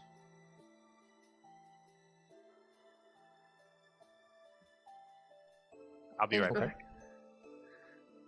Alright, so he makes his way towards Zoran's Concoctions. What are you doing, Euron? I will... what the hell? I'll window shop at the menagerie while we're waiting. We'll wait until Renatus is done before going to the tailor. Okay, you got it. Renatus entering this small shop. It's tucked away, kind of a shady corner on the left-hand side of the marketplace. You see that all the tables and shelves here are rather dusty, and the light is dim within. Barely 5 or 6 candles spread throughout the shop, illuminating little areas here and there, mostly to highlight some of the strangest plants and viscous liquids that are found within.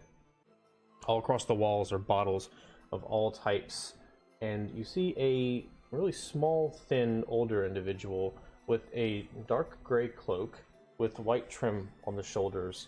He's mostly bald with a little bit of white around the sides and a crooked nose. He finishes up speaking with one of the customers and turns to you. Yes, and what can I do for you, my friend? Yes, I just wanted to ask a few questions. Would you happen to have anything to help with memory? Memory? No, I don't deal in that type of thing.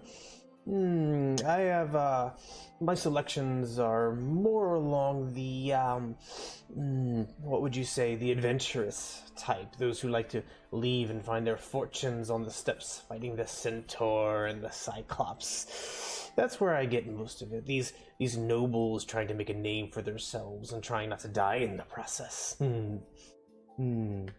But if you like, I have many other herbs that may provide some benefit for memory, not directly, mind you, but they may have unknown properties. I am not sure. Not exactly. Yes. Well, I have enough unknown as it is, thank you. I'm sure you have plenty more customers to help out with that sort of thing, so you have a good one. Suit yourself, traveler. But you know where I am if you're ever in need. Just come back to Zoran's concoctions. We can keep you whole. And he turns and starts with the same exact spiel to the next individual. It walks in wide-eyed and looking around cautiously. Meanwhile, you're on. You walk into the tent and you see an individual with a green hood going down his head, and it flows into a cloak that's relatively nondescript. He walks with a dark wood staff, and you see various caged animals spread throughout this tent, and people oohing and awing by them, and some inspecting them closely and muttering amongst themselves about each of them. The nearest one, and one of the largest one, you see a lion in relatively good shape, a little thin perhaps, but still just looking just as ferocious as ever, except for the thick bronze muzzle and large leather straps wrapped around his head. He seems to be lying, kind of resting and not pacing around, taking everything in. Every now and then he goes to open his mouth and yawn, but the muzzle itself traps his mouth in place. Next cage over, much smaller, you see a similar setup, except this one is a cheetah that is pacing back and forth within the confines of its cell. On the far side of the tent, after several more small animals that you don't quite recognize, there is an almost chicken-like looking creature, except it has no feathers, and you recognize this as a cockatrice, like the one that you saw in the Mithril Forge, or at least in the dungeon surrounding it. Over off to the right, hanging from a thick wooden beam, is a cage hanging, a large bronze, almost bird cage, and perched upon a wooden slat within, you see a harpy with a hood tied over its head and a thick leather strap wrapped around its neck.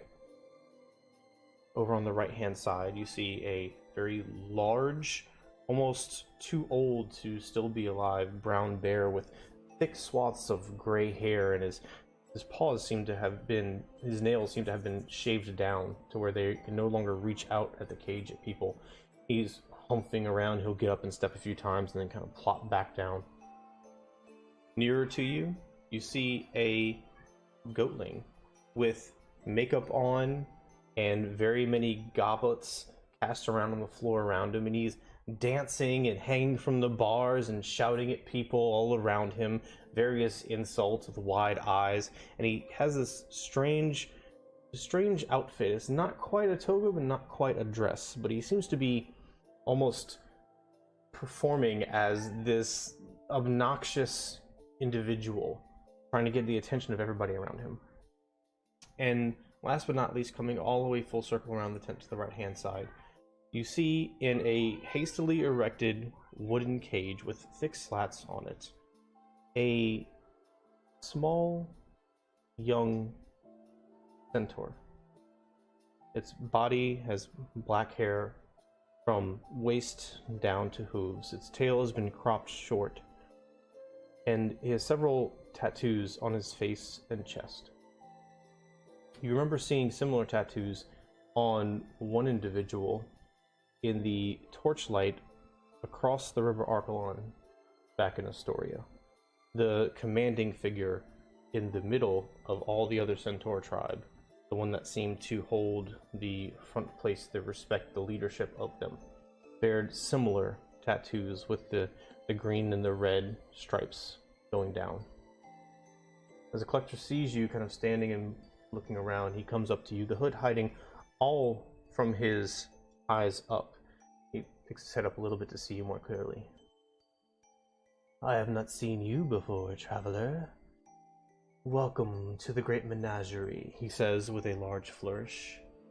Picks himself back up. Which of these creatures may I interest you in today? Tell me about this one, and I'll gesture towards the centaur. I'm trying not, like, the face is very calm, but the eyes are ready to, like, she, like, on the edge of, like, I'm trying not to scream, I'm trying not to scream, I'm trying not to scream. This one is new. It has attracted much attention of late. It came in with the most recent raids of the Centurions of Mitros into the steppes. Yes, they caught it and brought it to me because they knew I could find it a good home. You can have it yourself and fawn it among the streets. We even have leashes made specifically for this creature, since it is quite a rare find. We have never had one like this here before. No, it is quite special. It can be yours. 100 gold pieces, and you can walk out now and be the envy of all here in the Noble District. Deal. Very well. He turns and he walks back behind a bar at the rear of the tent, and he comes back out with this chest harness attached to a thick leather leash with a hoop on the wrist at the end of it. That would be 100 gold, please. Done. It's the clothes. Pretty much any money that she would have been spending on like nice fancy clothes. No, that is going. Yeah. So you did bring 100 gold with you? I'm just making sure. Let's say yes. I'd passed out some before I left. Okay. Yeah, but you passed out 100 gold pieces? Like 100 gold pieces? Actually, okay, then let's be realistic. Let's say I will. Would you mind putting him on reserve for me? I will pay. I'll even pay a little bit extra as a holding fee. Of course. Let's say 125. That sounds delicious. Normally we have a deposit for such things, but since you are of such wide repute, Euron, I think that will be fine. The Centurions would no doubt find it interesting if you were to reserve a creature and then not take ownership. But leave me here. All sales are final. Of course. Very well. When shall I see you back? Perhaps tomorrow morning. I have an engagement soon tonight that I don't believe I can miss. Indeed. He turns. Delor! Yes. Box this one up. It is no longer for sale. When the collector's back is turned, I will want to kneel down and look at the centaur in the box through the cracks and just go,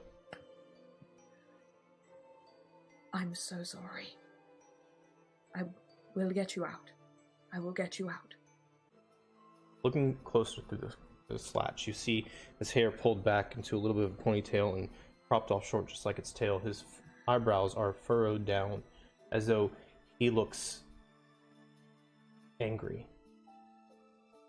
Very, very angry. He doesn't nod. He just looks you square in the eyes as you say this, and without blinking, continues looking at you until you stand back up as you hear the collector turn back around. Well, is there anything else I can interest you in? I can put more on reserve for you. You and all of your friends you travel with. I think that will be all at this point. I think I'm turning into the one with the menagerie in our group. Very well. I bid you well. I will see you in the morning. He turns and walks off. I'll go out and see which of my party is in the Agora. Renatus is there. Ina was back. Lycus probably went from the library back to Verces to catch up with everybody else, and Cyanus is probably still making his way back from Stygian Row at this point, so basically just Renatus. So, Renatus, I need you to help me with something when we get back to the house. Certainly, yes. I need you to make sure. I'm going to have to explain something. I need you to make sure Ina doesn't kill me as I explain it. Well, we all know how that turned out this morning, so... I mean with your words, not trying to... I'm not going to try and turn you into a human shield. Oh, okay. Yeah, sure. Definitely. What is this we're going to be doing? I may have just bought a centaur. Congratulations. And, I mean, I intend to not keep him as a pet. I intend to let him go, but I need to make sure she doesn't murder me on sight when I explain that I will be leading a young centaur boy out back to our house on a leash. I need to make sure she doesn't murder me, partly because I know she has a young son, and I don't know, I'm so scared if this is her son. I don't know if it is, but please make sure she doesn't murder me. I doubt she will. Do you want me to go first? I mean, I'm confused. I said I don't want you to be a human shield. Well, I'm not. We learned that. Okay. Yes, we will talk to her together. We will make her understand. Okay. Right. Now, nice clothes. Tailor's that way. Thank you. I brought them. Okay. So you visit several tailors. They measure and prim. You find the styles you want, and they charge you merely 1 silver, 5 copper for each of them. Clothes like this are very common in the Nobles District. And after all that has been said, they arrange to pick him up later, several hours in the future, around lunchtime. You hesitantly, but quickly, at the same time, make your way back to Versi's estate. Upon arriving, you see that Cyanus has arrived, the doors open, and you hear the sounds of your friends, Full-on Bulbug, Lycus, Cyanus, and Ina, within, floating outside of the door. As you approach inside, you come to the same parlor. They're all sitting around, taking in the city and figuring out what to do next, and discussing things that they have seen and did at the library, at the Roost, and you walk in. The scene is yours. Cyanus, I may have made a very expensive purchase. I will need to deliver payment tomorrow. I may need to enter the fighting ring at some point to earn it back. Ugh. Alright. Well, depending on how tonight goes, maybe. Yeah. You can make a quick trip. Yeah, I need to make up about 125 gold. You what? It's for a very good reason. Very good reason. We'll look at... I mean, we've spent more on less. I think. I hope you're not calling Bulbug less. No, but I'm just saying, he's one person. Hey, hey! Money one Minotaur, sorry. It's a sort of a similar purchase. Ina, when we were back in Astoria, at Honora's, there was this centaur across the one that looked like he was in charge. With the red and the green. Do you remember them? Okay, I'm saying this with the understanding that I've dealt with it. Please don't go rampage. Ina, you would know that she was talking about Hukar.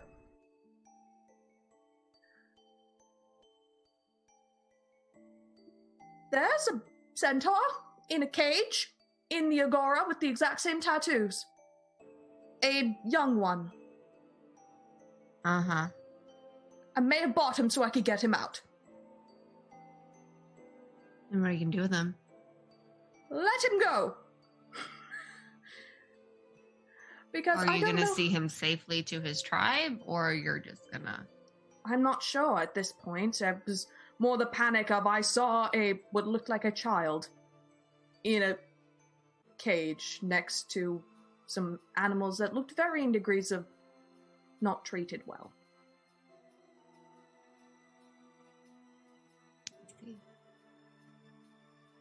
And I thought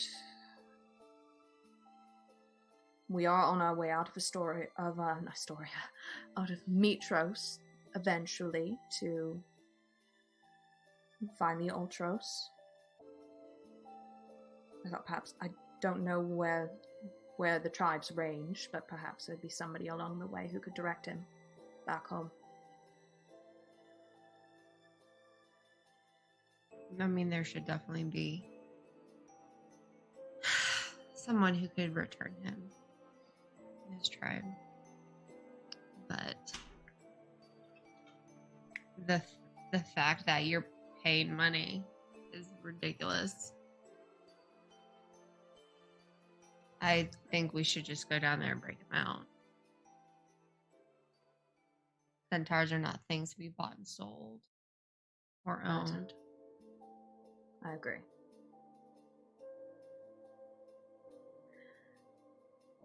The only issue with that is, unless if we are trying to be stealthy, I have no idea where the collector keeps his wares when the tent is not up.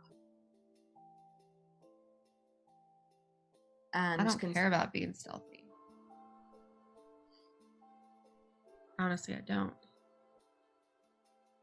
This city has for far too long bought and sold living things as if they were property or possessions. And it needs to stop. That's why we rescued Bullbug, so he could start a revolution. And it should extend to this merchant who is selling other things. I say we burn this whole fucking city down on the way out. I see nothing redeemable about this city.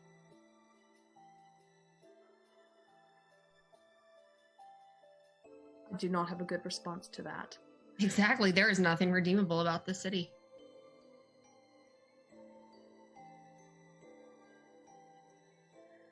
Change my mind. I can think of 13 young reasons that are currently hoping for a better future than the one that was laid out before them.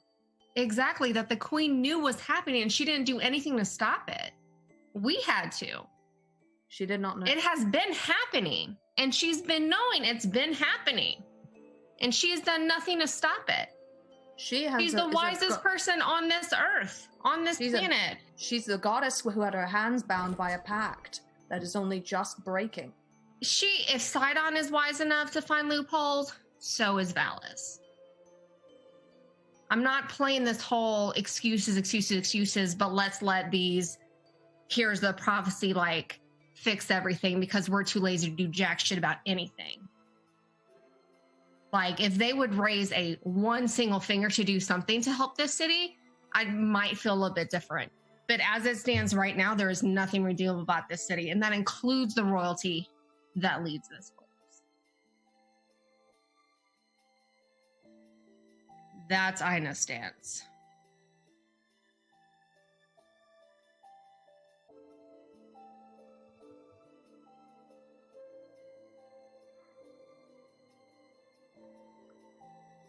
I do see us as an opportunity to change how things are going, because you are right. Awful things have happened in this city, and I say that as somebody who for many, many years turned a blind eye to them. But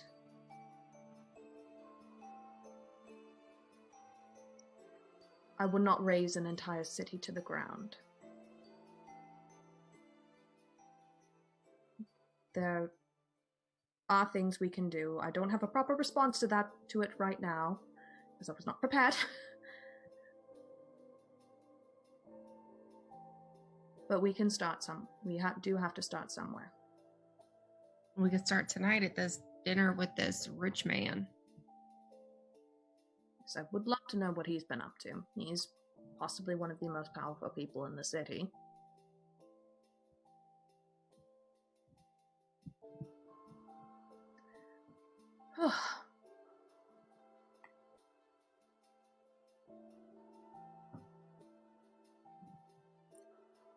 And then hopefully in the process we can find out where the collector keeps his prison. I'm not sure I feel like the word prisoners is coming into my head, but I'm unsure if it is the correct phrase. And I don't like saying wares, so where this young centaur would be kept, so that we could get him out. if anyone would know, it would be someone who can afford to have eyes in every neighborhood.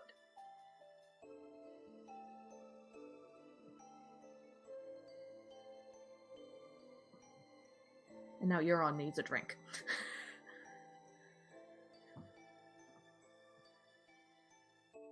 What time is it? Is it almost time for dinner?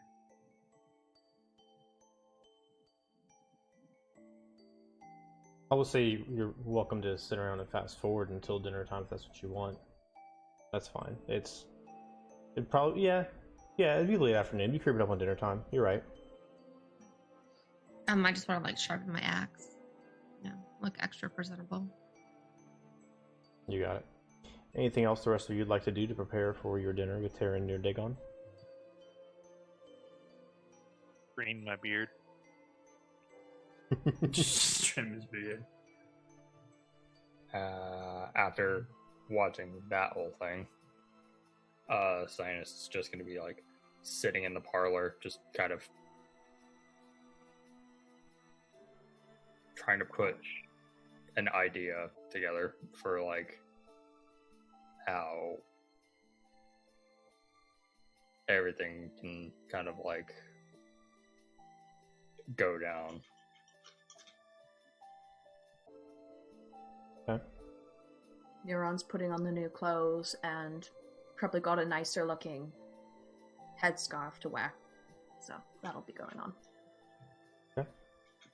And also working out of this nice because I imagine we're not wearing armor.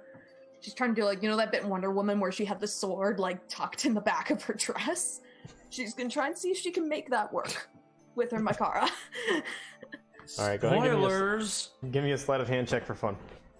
We'll see. God. She accidentally stabs herself in the back. Maybe not for fun, actually. Give me a sleight of hand check. Oh God. God's be on my side. 13? Okay. Got it. Good to know. Alright. Oh God. So. That's not a good thing to say, Joey. I need to know these things. As dinner time approaches, you all leave the residence of Versi the Oracle, and as you're leaving, Versi and Lorius are coming in from a day seemingly on the town, carrying various wares and things of that nature. And they bid you a good evening and go ahead and enter. Walking along the streets of the noble district, you see, just as before, many Centurions. The streets are a little bit thinner than they were. Everybody normally inside a tavern or in their homes eating, entertaining each other. You make your way down all the way past the Bathhouse of Valis until you get to the simply massive Near Dagon estate, and this at the southern cliffside of the hill overlooking the city. Before you, standing quite obviously the most opulent villa in all of Mitros. Despite its great size rising up behind the walls, it's difficult to see with gardens full of lush vegetation and plant life and trees. There's statuary scattered throughout, pools off on either side, fields stretching on out all hundreds of feet either side of the house, and even a large hedge maze with what appears to be a great fountain shooting up from its center in the rear of the property. You see several guards dressed in bronze breastplate with flowing silver capes and a symbol that you're not quite familiar with emblazoned upon their chest. One with a shoulder pauldron that appears to mark him as an officer or supervisor of sorts stands guard at the gate. And as he sees you approach, he slides the bronze gate open and anticipating your arrival and allows you in. The look he gives you makes you feel like he does not do this regularly. He is very aware and is used to turning people away rather than letting them in. As you make your way up the paved stone path to this massive residence, you come upon the bronze doors with gilded handles and great reliefs of lions on either side.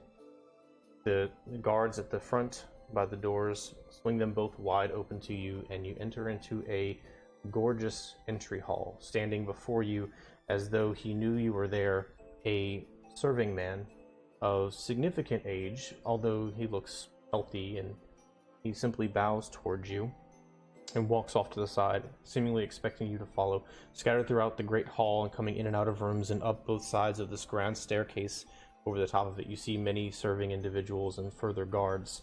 The place seems highly populated, which makes sense given its size, and also very well guarded. Going down a corridor and off to the right, he opens a dark wood door, and within you see a large chandelier with many candles flickering over it, the room itself whitely lit with opulent furnishings, and a long rectangular table seemed to be made out of marble with bronze gilding along the edges, and space is enough for all 5 of you, as well as one at the head of the table. The serving man bows towards you and puts his arm to the side, indicating that you should enter, and he whispers, almost too quietly, "The master will be with you soon." As you enter the room, he closes the door silently behind you, and you hear his soft padded footsteps echo throughout the hallway, walking away.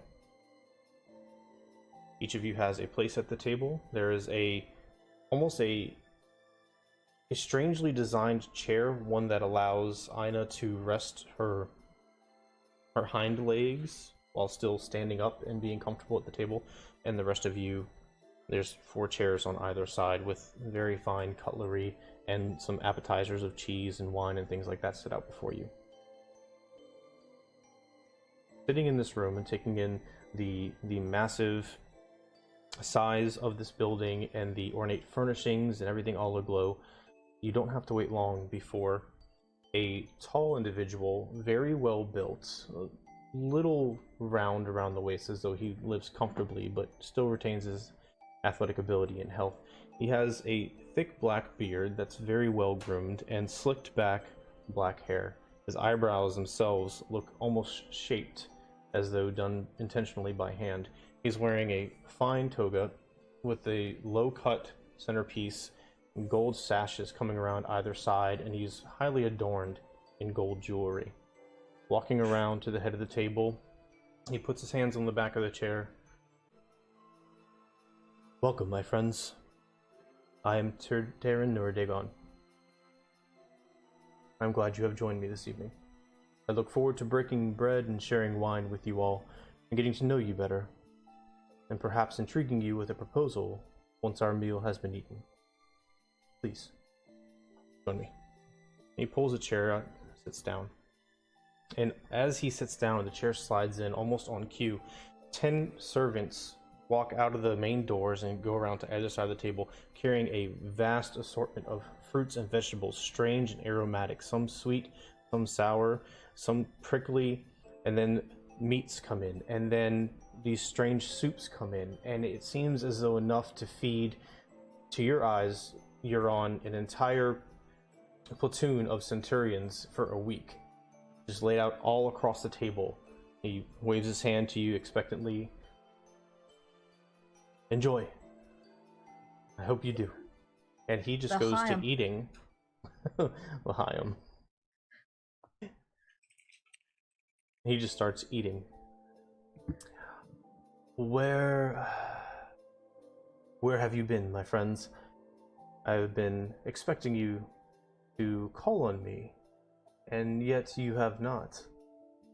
I'm glad to finally have you with me, and I do not mean to sound rude in the slightest, but I expected that you would seek an audience before now. It is quite embarrassing that I had to call on you myself, if I must be completely honest. Well, sometimes people have other things they need to take care of first. That would also be my doing. I used to live in the noble district, and I was raised under the impression that most people who call on you would be turned away, and I did not yet have a strong enough sense of our own reputation to believe that we would be different. The heroes of the prophecy shall always be welcome at my table. Rest assured, it is quite the honor to have you with me, and that honor I do not share often. Normally I'm the one being hosted. Have you found the city comfortable? Were your lodgings at the Titan's Rest to your distinct pleasure? They were quite nice.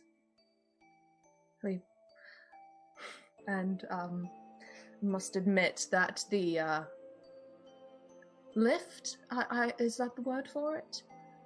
It was quite entertaining to observe. Yes, we have the only riser in all of Mitros outside of the palace itself. I'm quite fond of it. Sometimes I go up and down it to amuse myself when I find boredom. Do the gnomes curse as well when they lift you up and down? I did not even know they could speak. I shall have to ask them about that. They had interesting things to say whenever Ina or our other friends use the lift. Riser, forgive me. Again, I shall have to ask them about that. What of you, Lycus the Magnificent, so I hear you're called? Have you found Mitros to your liking? Of course, first day back to be debated within the Great Academy once again. Truly a marvelous time. This city carries a lot of memories, and some of them pleasant, some of them not so pleasant. And but recently, I believe a little redecoration has been done in some areas, and yes, I find the city at the moment quite refreshing. And I look forward to the adventures that we continue to find along the way. Yeah, it warms my heart to hear such things. Will you be staying for the wine festival in a few weeks? Well, there is a fire in the city, so I think everybody's heart is quite warm. And yes, of course, I shall be staying at the wine festival. I do believe... God, Josh, what the fuck? Josh! What are you screaming for? What the hell? Josh! So the Church of Lutheria is on fire. Calm yourself. They're warming the hearths of the people. If you're trying to make Lycus not look associated with the fire, you're doing a shit job! What are you excuse me? Like, it's hard to see the fire as it burns from all across the city. It's quite a spectacle, I must say. No love lost here, but to each their own. That being said, the wine festival, of course, I could never miss such a splendid event. The Oracle herself being present, one can never be too careful, as it were. Yes. I heard about the fire at the Temple of Lutheria. Luckily enough, I had already arranged to have many trains of wine brought in, otherwise the wine festival would not be able to proceed this year, and Lady of Dreams would be quite angered. But were they supposed to be providing all of the said wine for the festival this year? They normally provide the bulk of it, yes. Oh. It is Lutheria's Keystone Festival.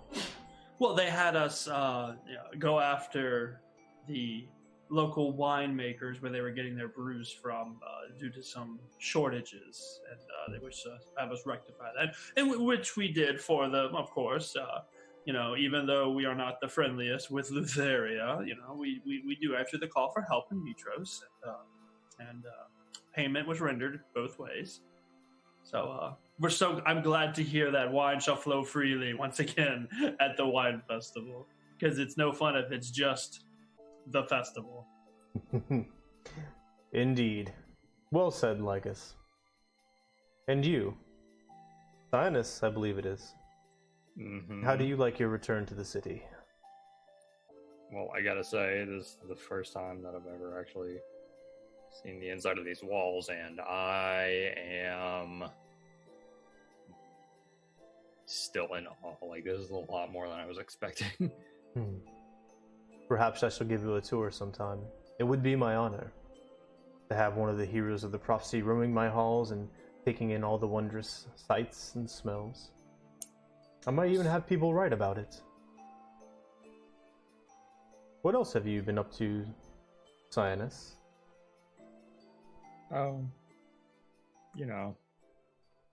being about the city. Don't really have much to talk about. I admire that. Know when to speak and what to say. It will save you a lot of trouble. And you, Ina? Strong as you are and silent as I've heard, what do you make of Mitros? I'm less than impressed. Indeed. Well, it pains me to hear this. Why, pray tell, are you less than impressed with our glorious city?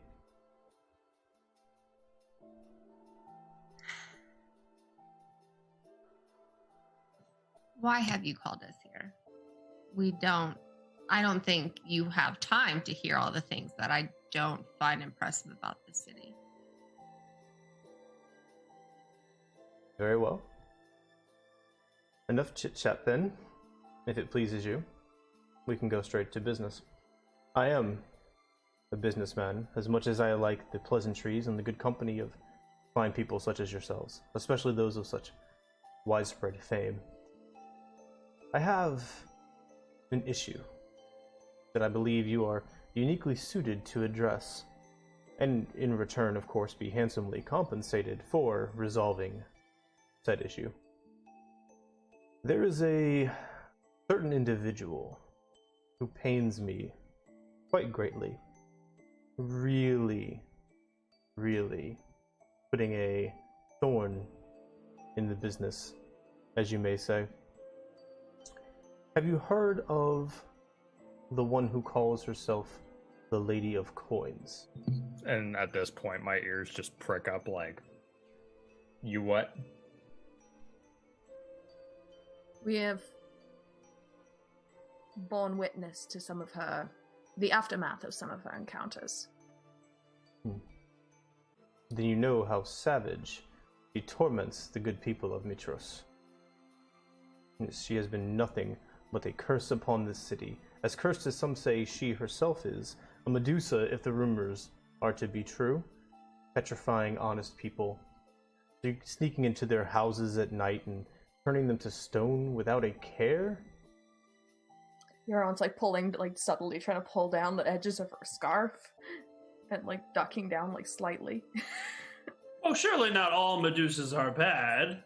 I'm sure some find redemption through good deeds. Would you not agree?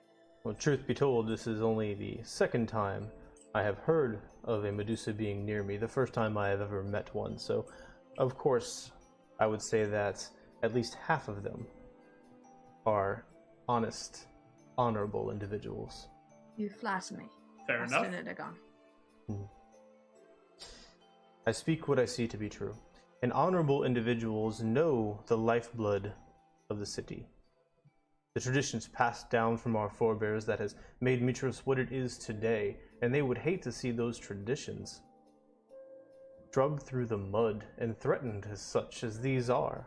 What the Lady of Coins does to the people of Mitros is without repent and without any type of hesitancy. If she continues going, the wine fields will stop producing. The people will riot. Yes, I know her sights are set on one small aspect of our economy as it is, but still, once you threaten one tradition, you threaten them all.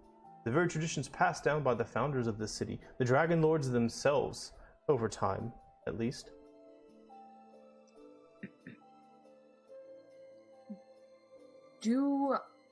Listening to him talk, do I get the impression that he's scared and trying to hide it? Give me an insight check. Let's see.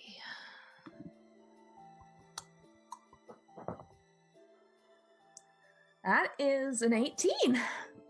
18. With his speaking pattern and the way his eyes flinch at certain times, I would say you could probably detect a combination of anger and worry. Not quite fear. He seems very self-secure as far as his personal safety is concerned.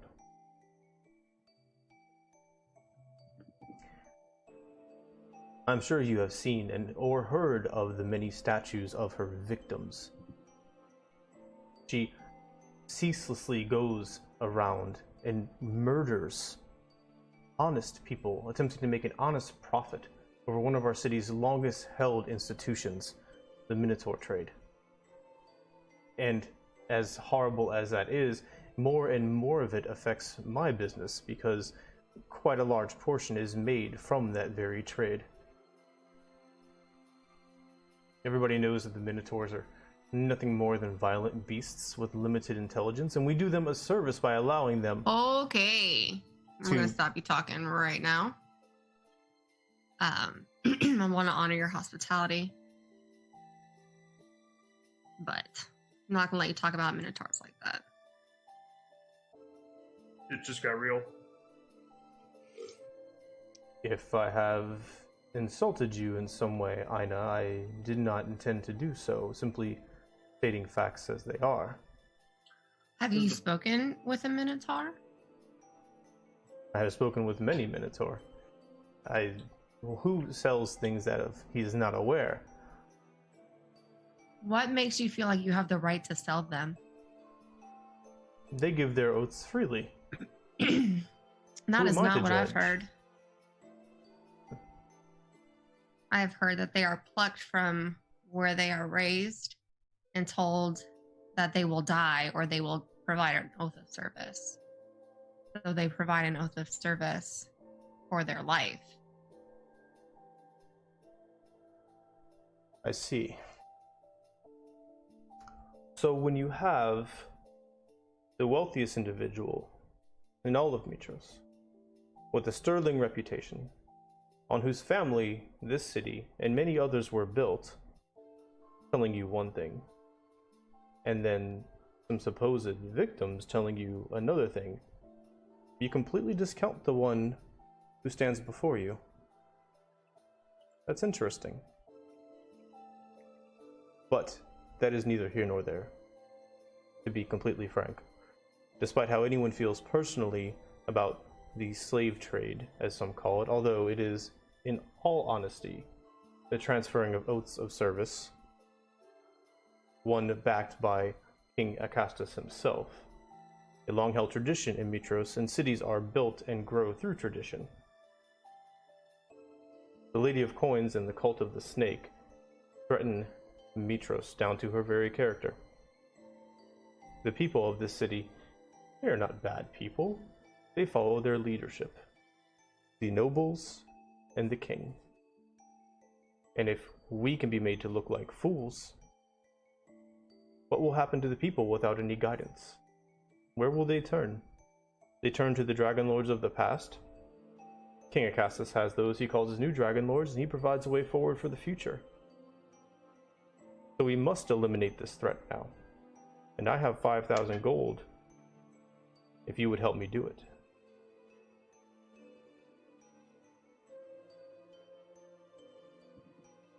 What do you have in mind, Master Nedigo?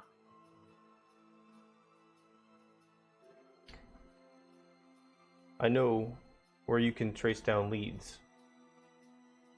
It is said that many of her people frequent Stygian Row, and the Sage's Tale in particular being the most popular tavern in Stygian Row is not very surprising.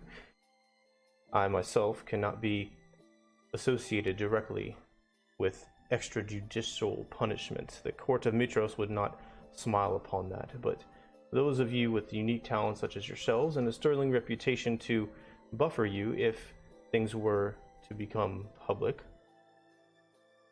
I would pay you 5,000 gold to bring me her head.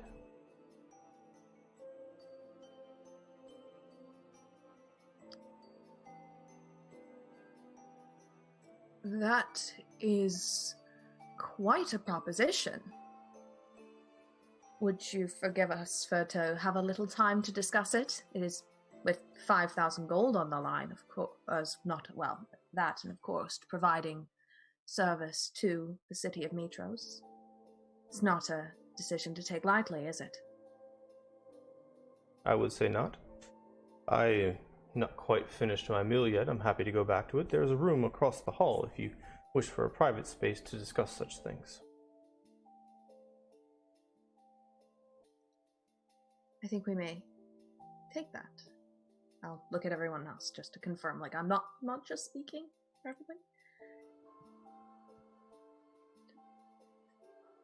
Each of you slowly backs up, gets out of your chairs, walks towards the door, and as you're approaching the door and reach for the handle, it slowly slides open with the elderly serving man on the other side, motioning you across the hall to the room he spoke of.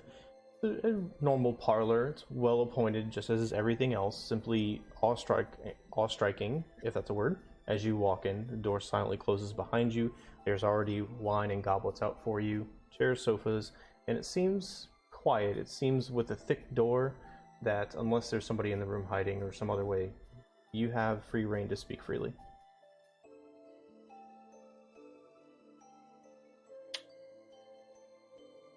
I don't think we need to make any rash decisions. And, I don't know, you know?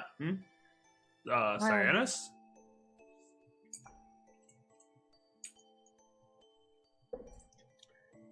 I mean, that's a lot of gold.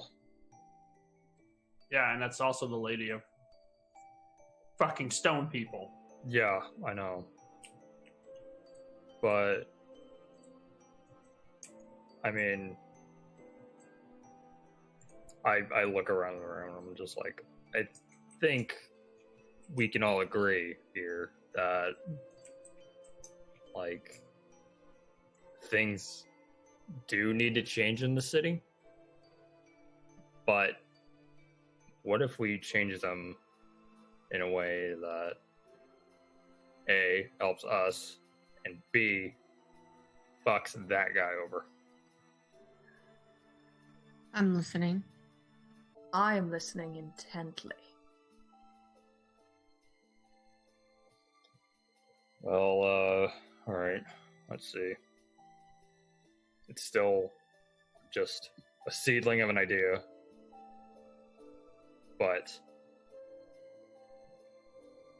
he's offering us 5K. What if we have him pay us half now as a, hey, we kind of need some money to be able to finance this hunt for her, right?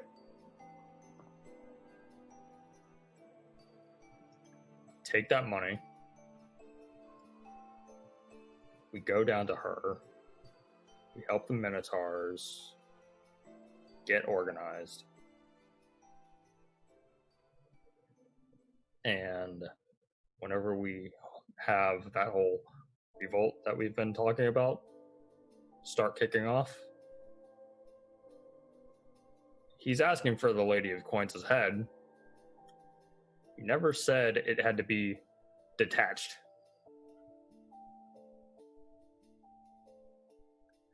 We bring her here and let her have her way with him. Sure, we'd be forsaking the other 2,500 gold, but what's that amount of gold to being able to change a huge part of the city?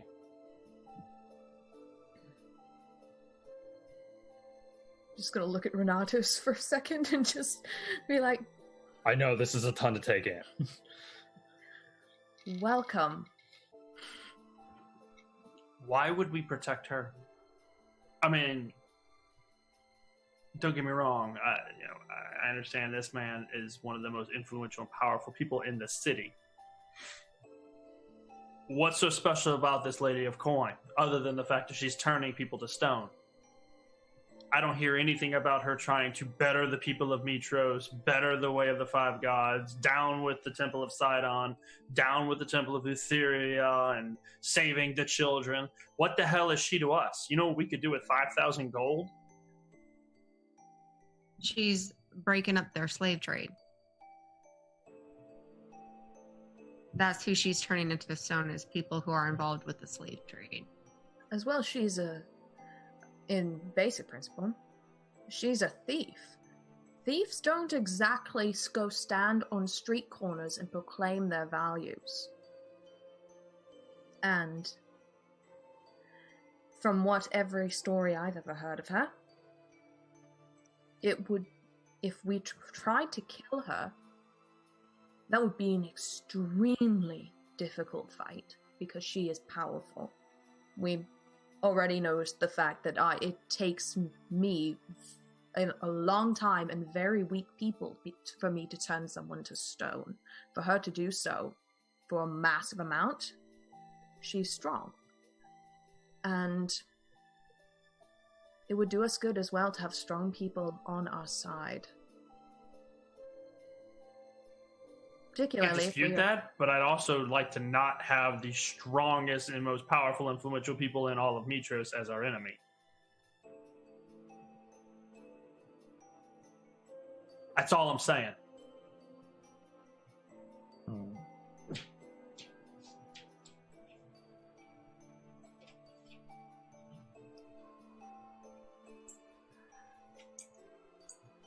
I don't know. I don't think this is a decision we can make in 5 minutes in the back room of some really, really, really, really fancy house. But I suspect, based on how he sent us over here, he's going to want an answer before we leave. That's my guess. He can want all he wants. He gets everything he wants. He can not get this one thing.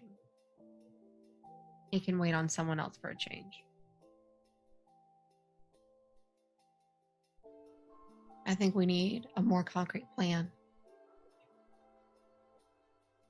Are you raising your hand?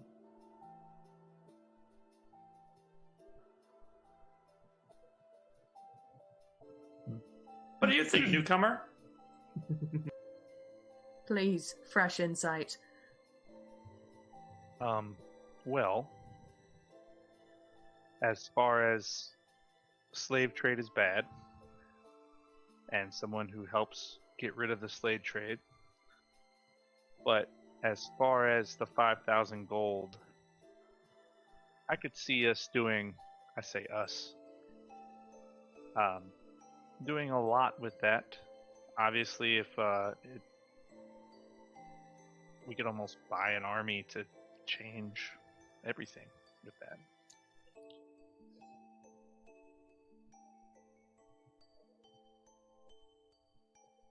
So would you rather do a quest to get the money to change it, or would you rather hopefully have a person of, I say questionable, because if you're not proclaiming that you're doing good, then are you really doing good all the time? Going forth and having them have a face-to-face and hope for the best outcome? Because you also have to look at your own standing on which side is the people going to choose.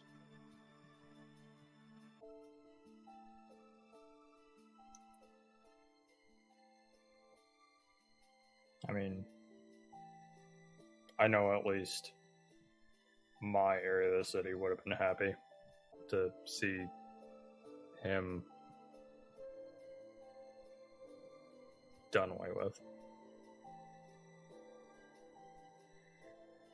May I make a suggestion of what we do? For the short term, very short term. Mm-hmm.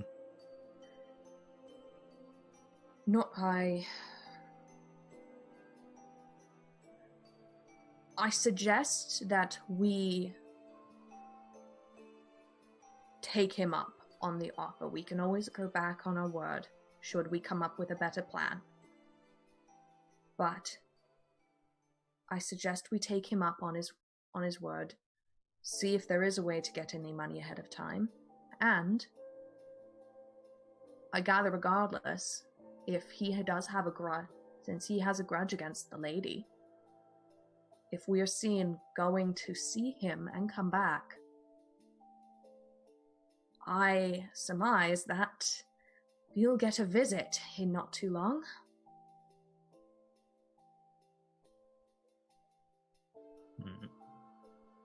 Plus, nobody, and this is also a side thought, they said he wanted her head.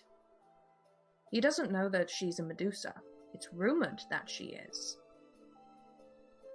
So if we are convincing enough, we may not even need to bring her head. We could just simply bring someone's head that we could convince him is hers.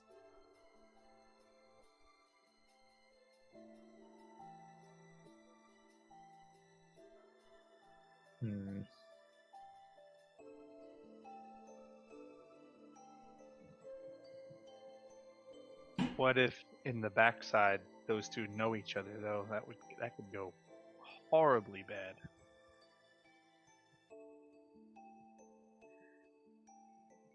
Like she's in his pocket trying to take guys, out his. I think this conversation's taking quite a bit. We might need to just tell him that we'll need some more time to think about it, because I'm afraid if we stay in here for a long time, it's not going to be as private as we hope.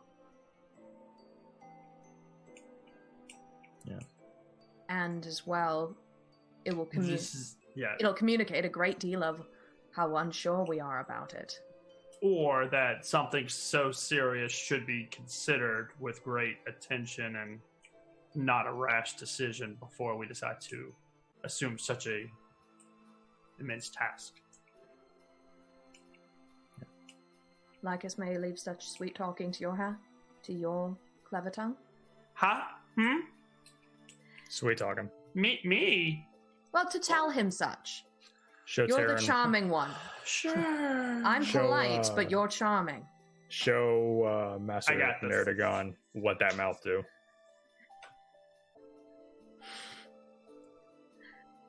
That gets a reaction, and me saying clever tongue didn't? Why would it? I don't understand. Jesus. You are not as experienced with innuendo as I thought you were. Gods. I mean, if you want me innuendo, that's all you gotta say. Oh my God. Comic relief, everybody.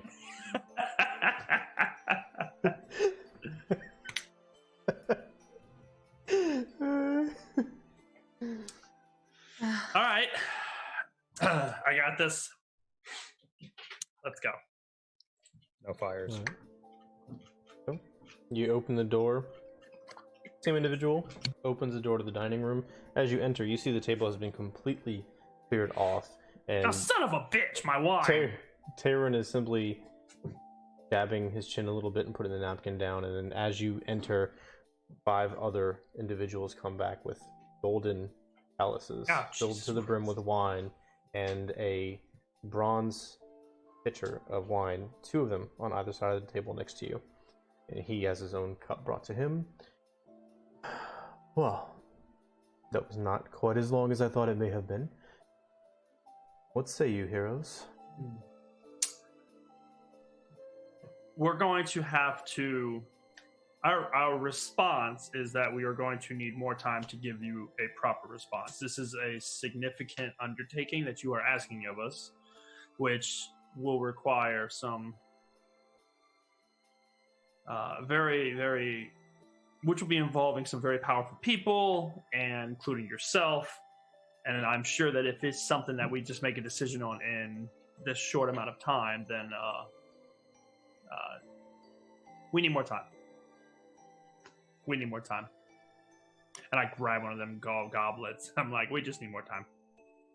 Make a persuasion check. What?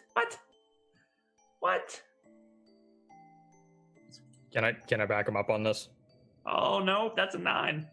I was gonna say, how are you helping him persuade? I'm also gonna be like, he means this with all due respect. I have to say no, buddy. I'm sorry. That doesn't make much sense. I can try. Yeah. Lycus is feeling kind of lucky about this, right? No, a 9. Yeah. That's fine. I got this. We'll keep going. Okay. He cocks an eyebrow. Lowers the chalice down a bit. Before you speak, if we promise to do this and we can't deliver upon it, we break our word. we need to know we can do this before we can guarantee and accept such a large sum of money. For those fated to save Thylea itself, you're worried you may not be able to handle one bandit leader in a city? I believe we can handle anything Thylea can throw at us, but with proper preparation and knowing one's enemy, they can truly be overcome. We must learn more about this Lady of Coin and see where she is, and if she's here, where she is, how to defeat her. If she is in fact a Medusa, and if she is, forgive me, my lord, in my very limited experience, a powerful Medusa able to petrify an entire family is strong indeed and a very powerful enemy. We would need to make sure we're not going to get petrified in the process. That would be a great loss to Thylea if we ended up added to whatever statue collection she might have.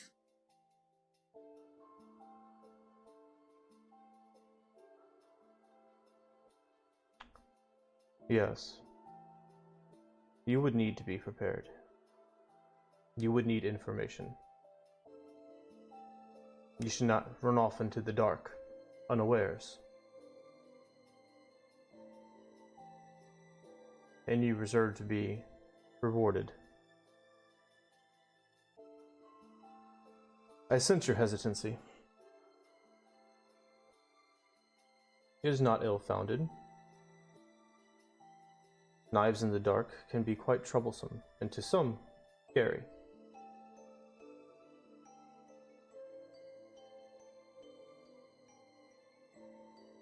Know this.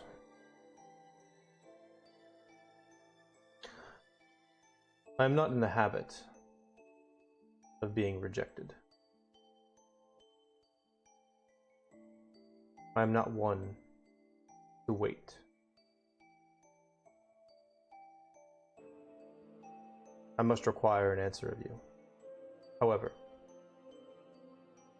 being the generous, understanding individual I am, to help you overcome your hesitancy, if you agree to bring me the Lady of Coins' head and place it here on the table before me, so I can look into her eyes and know she will no longer trouble me or the city of Mitros, you will have 10,000 gold. And that's where we're going to end tonight's session.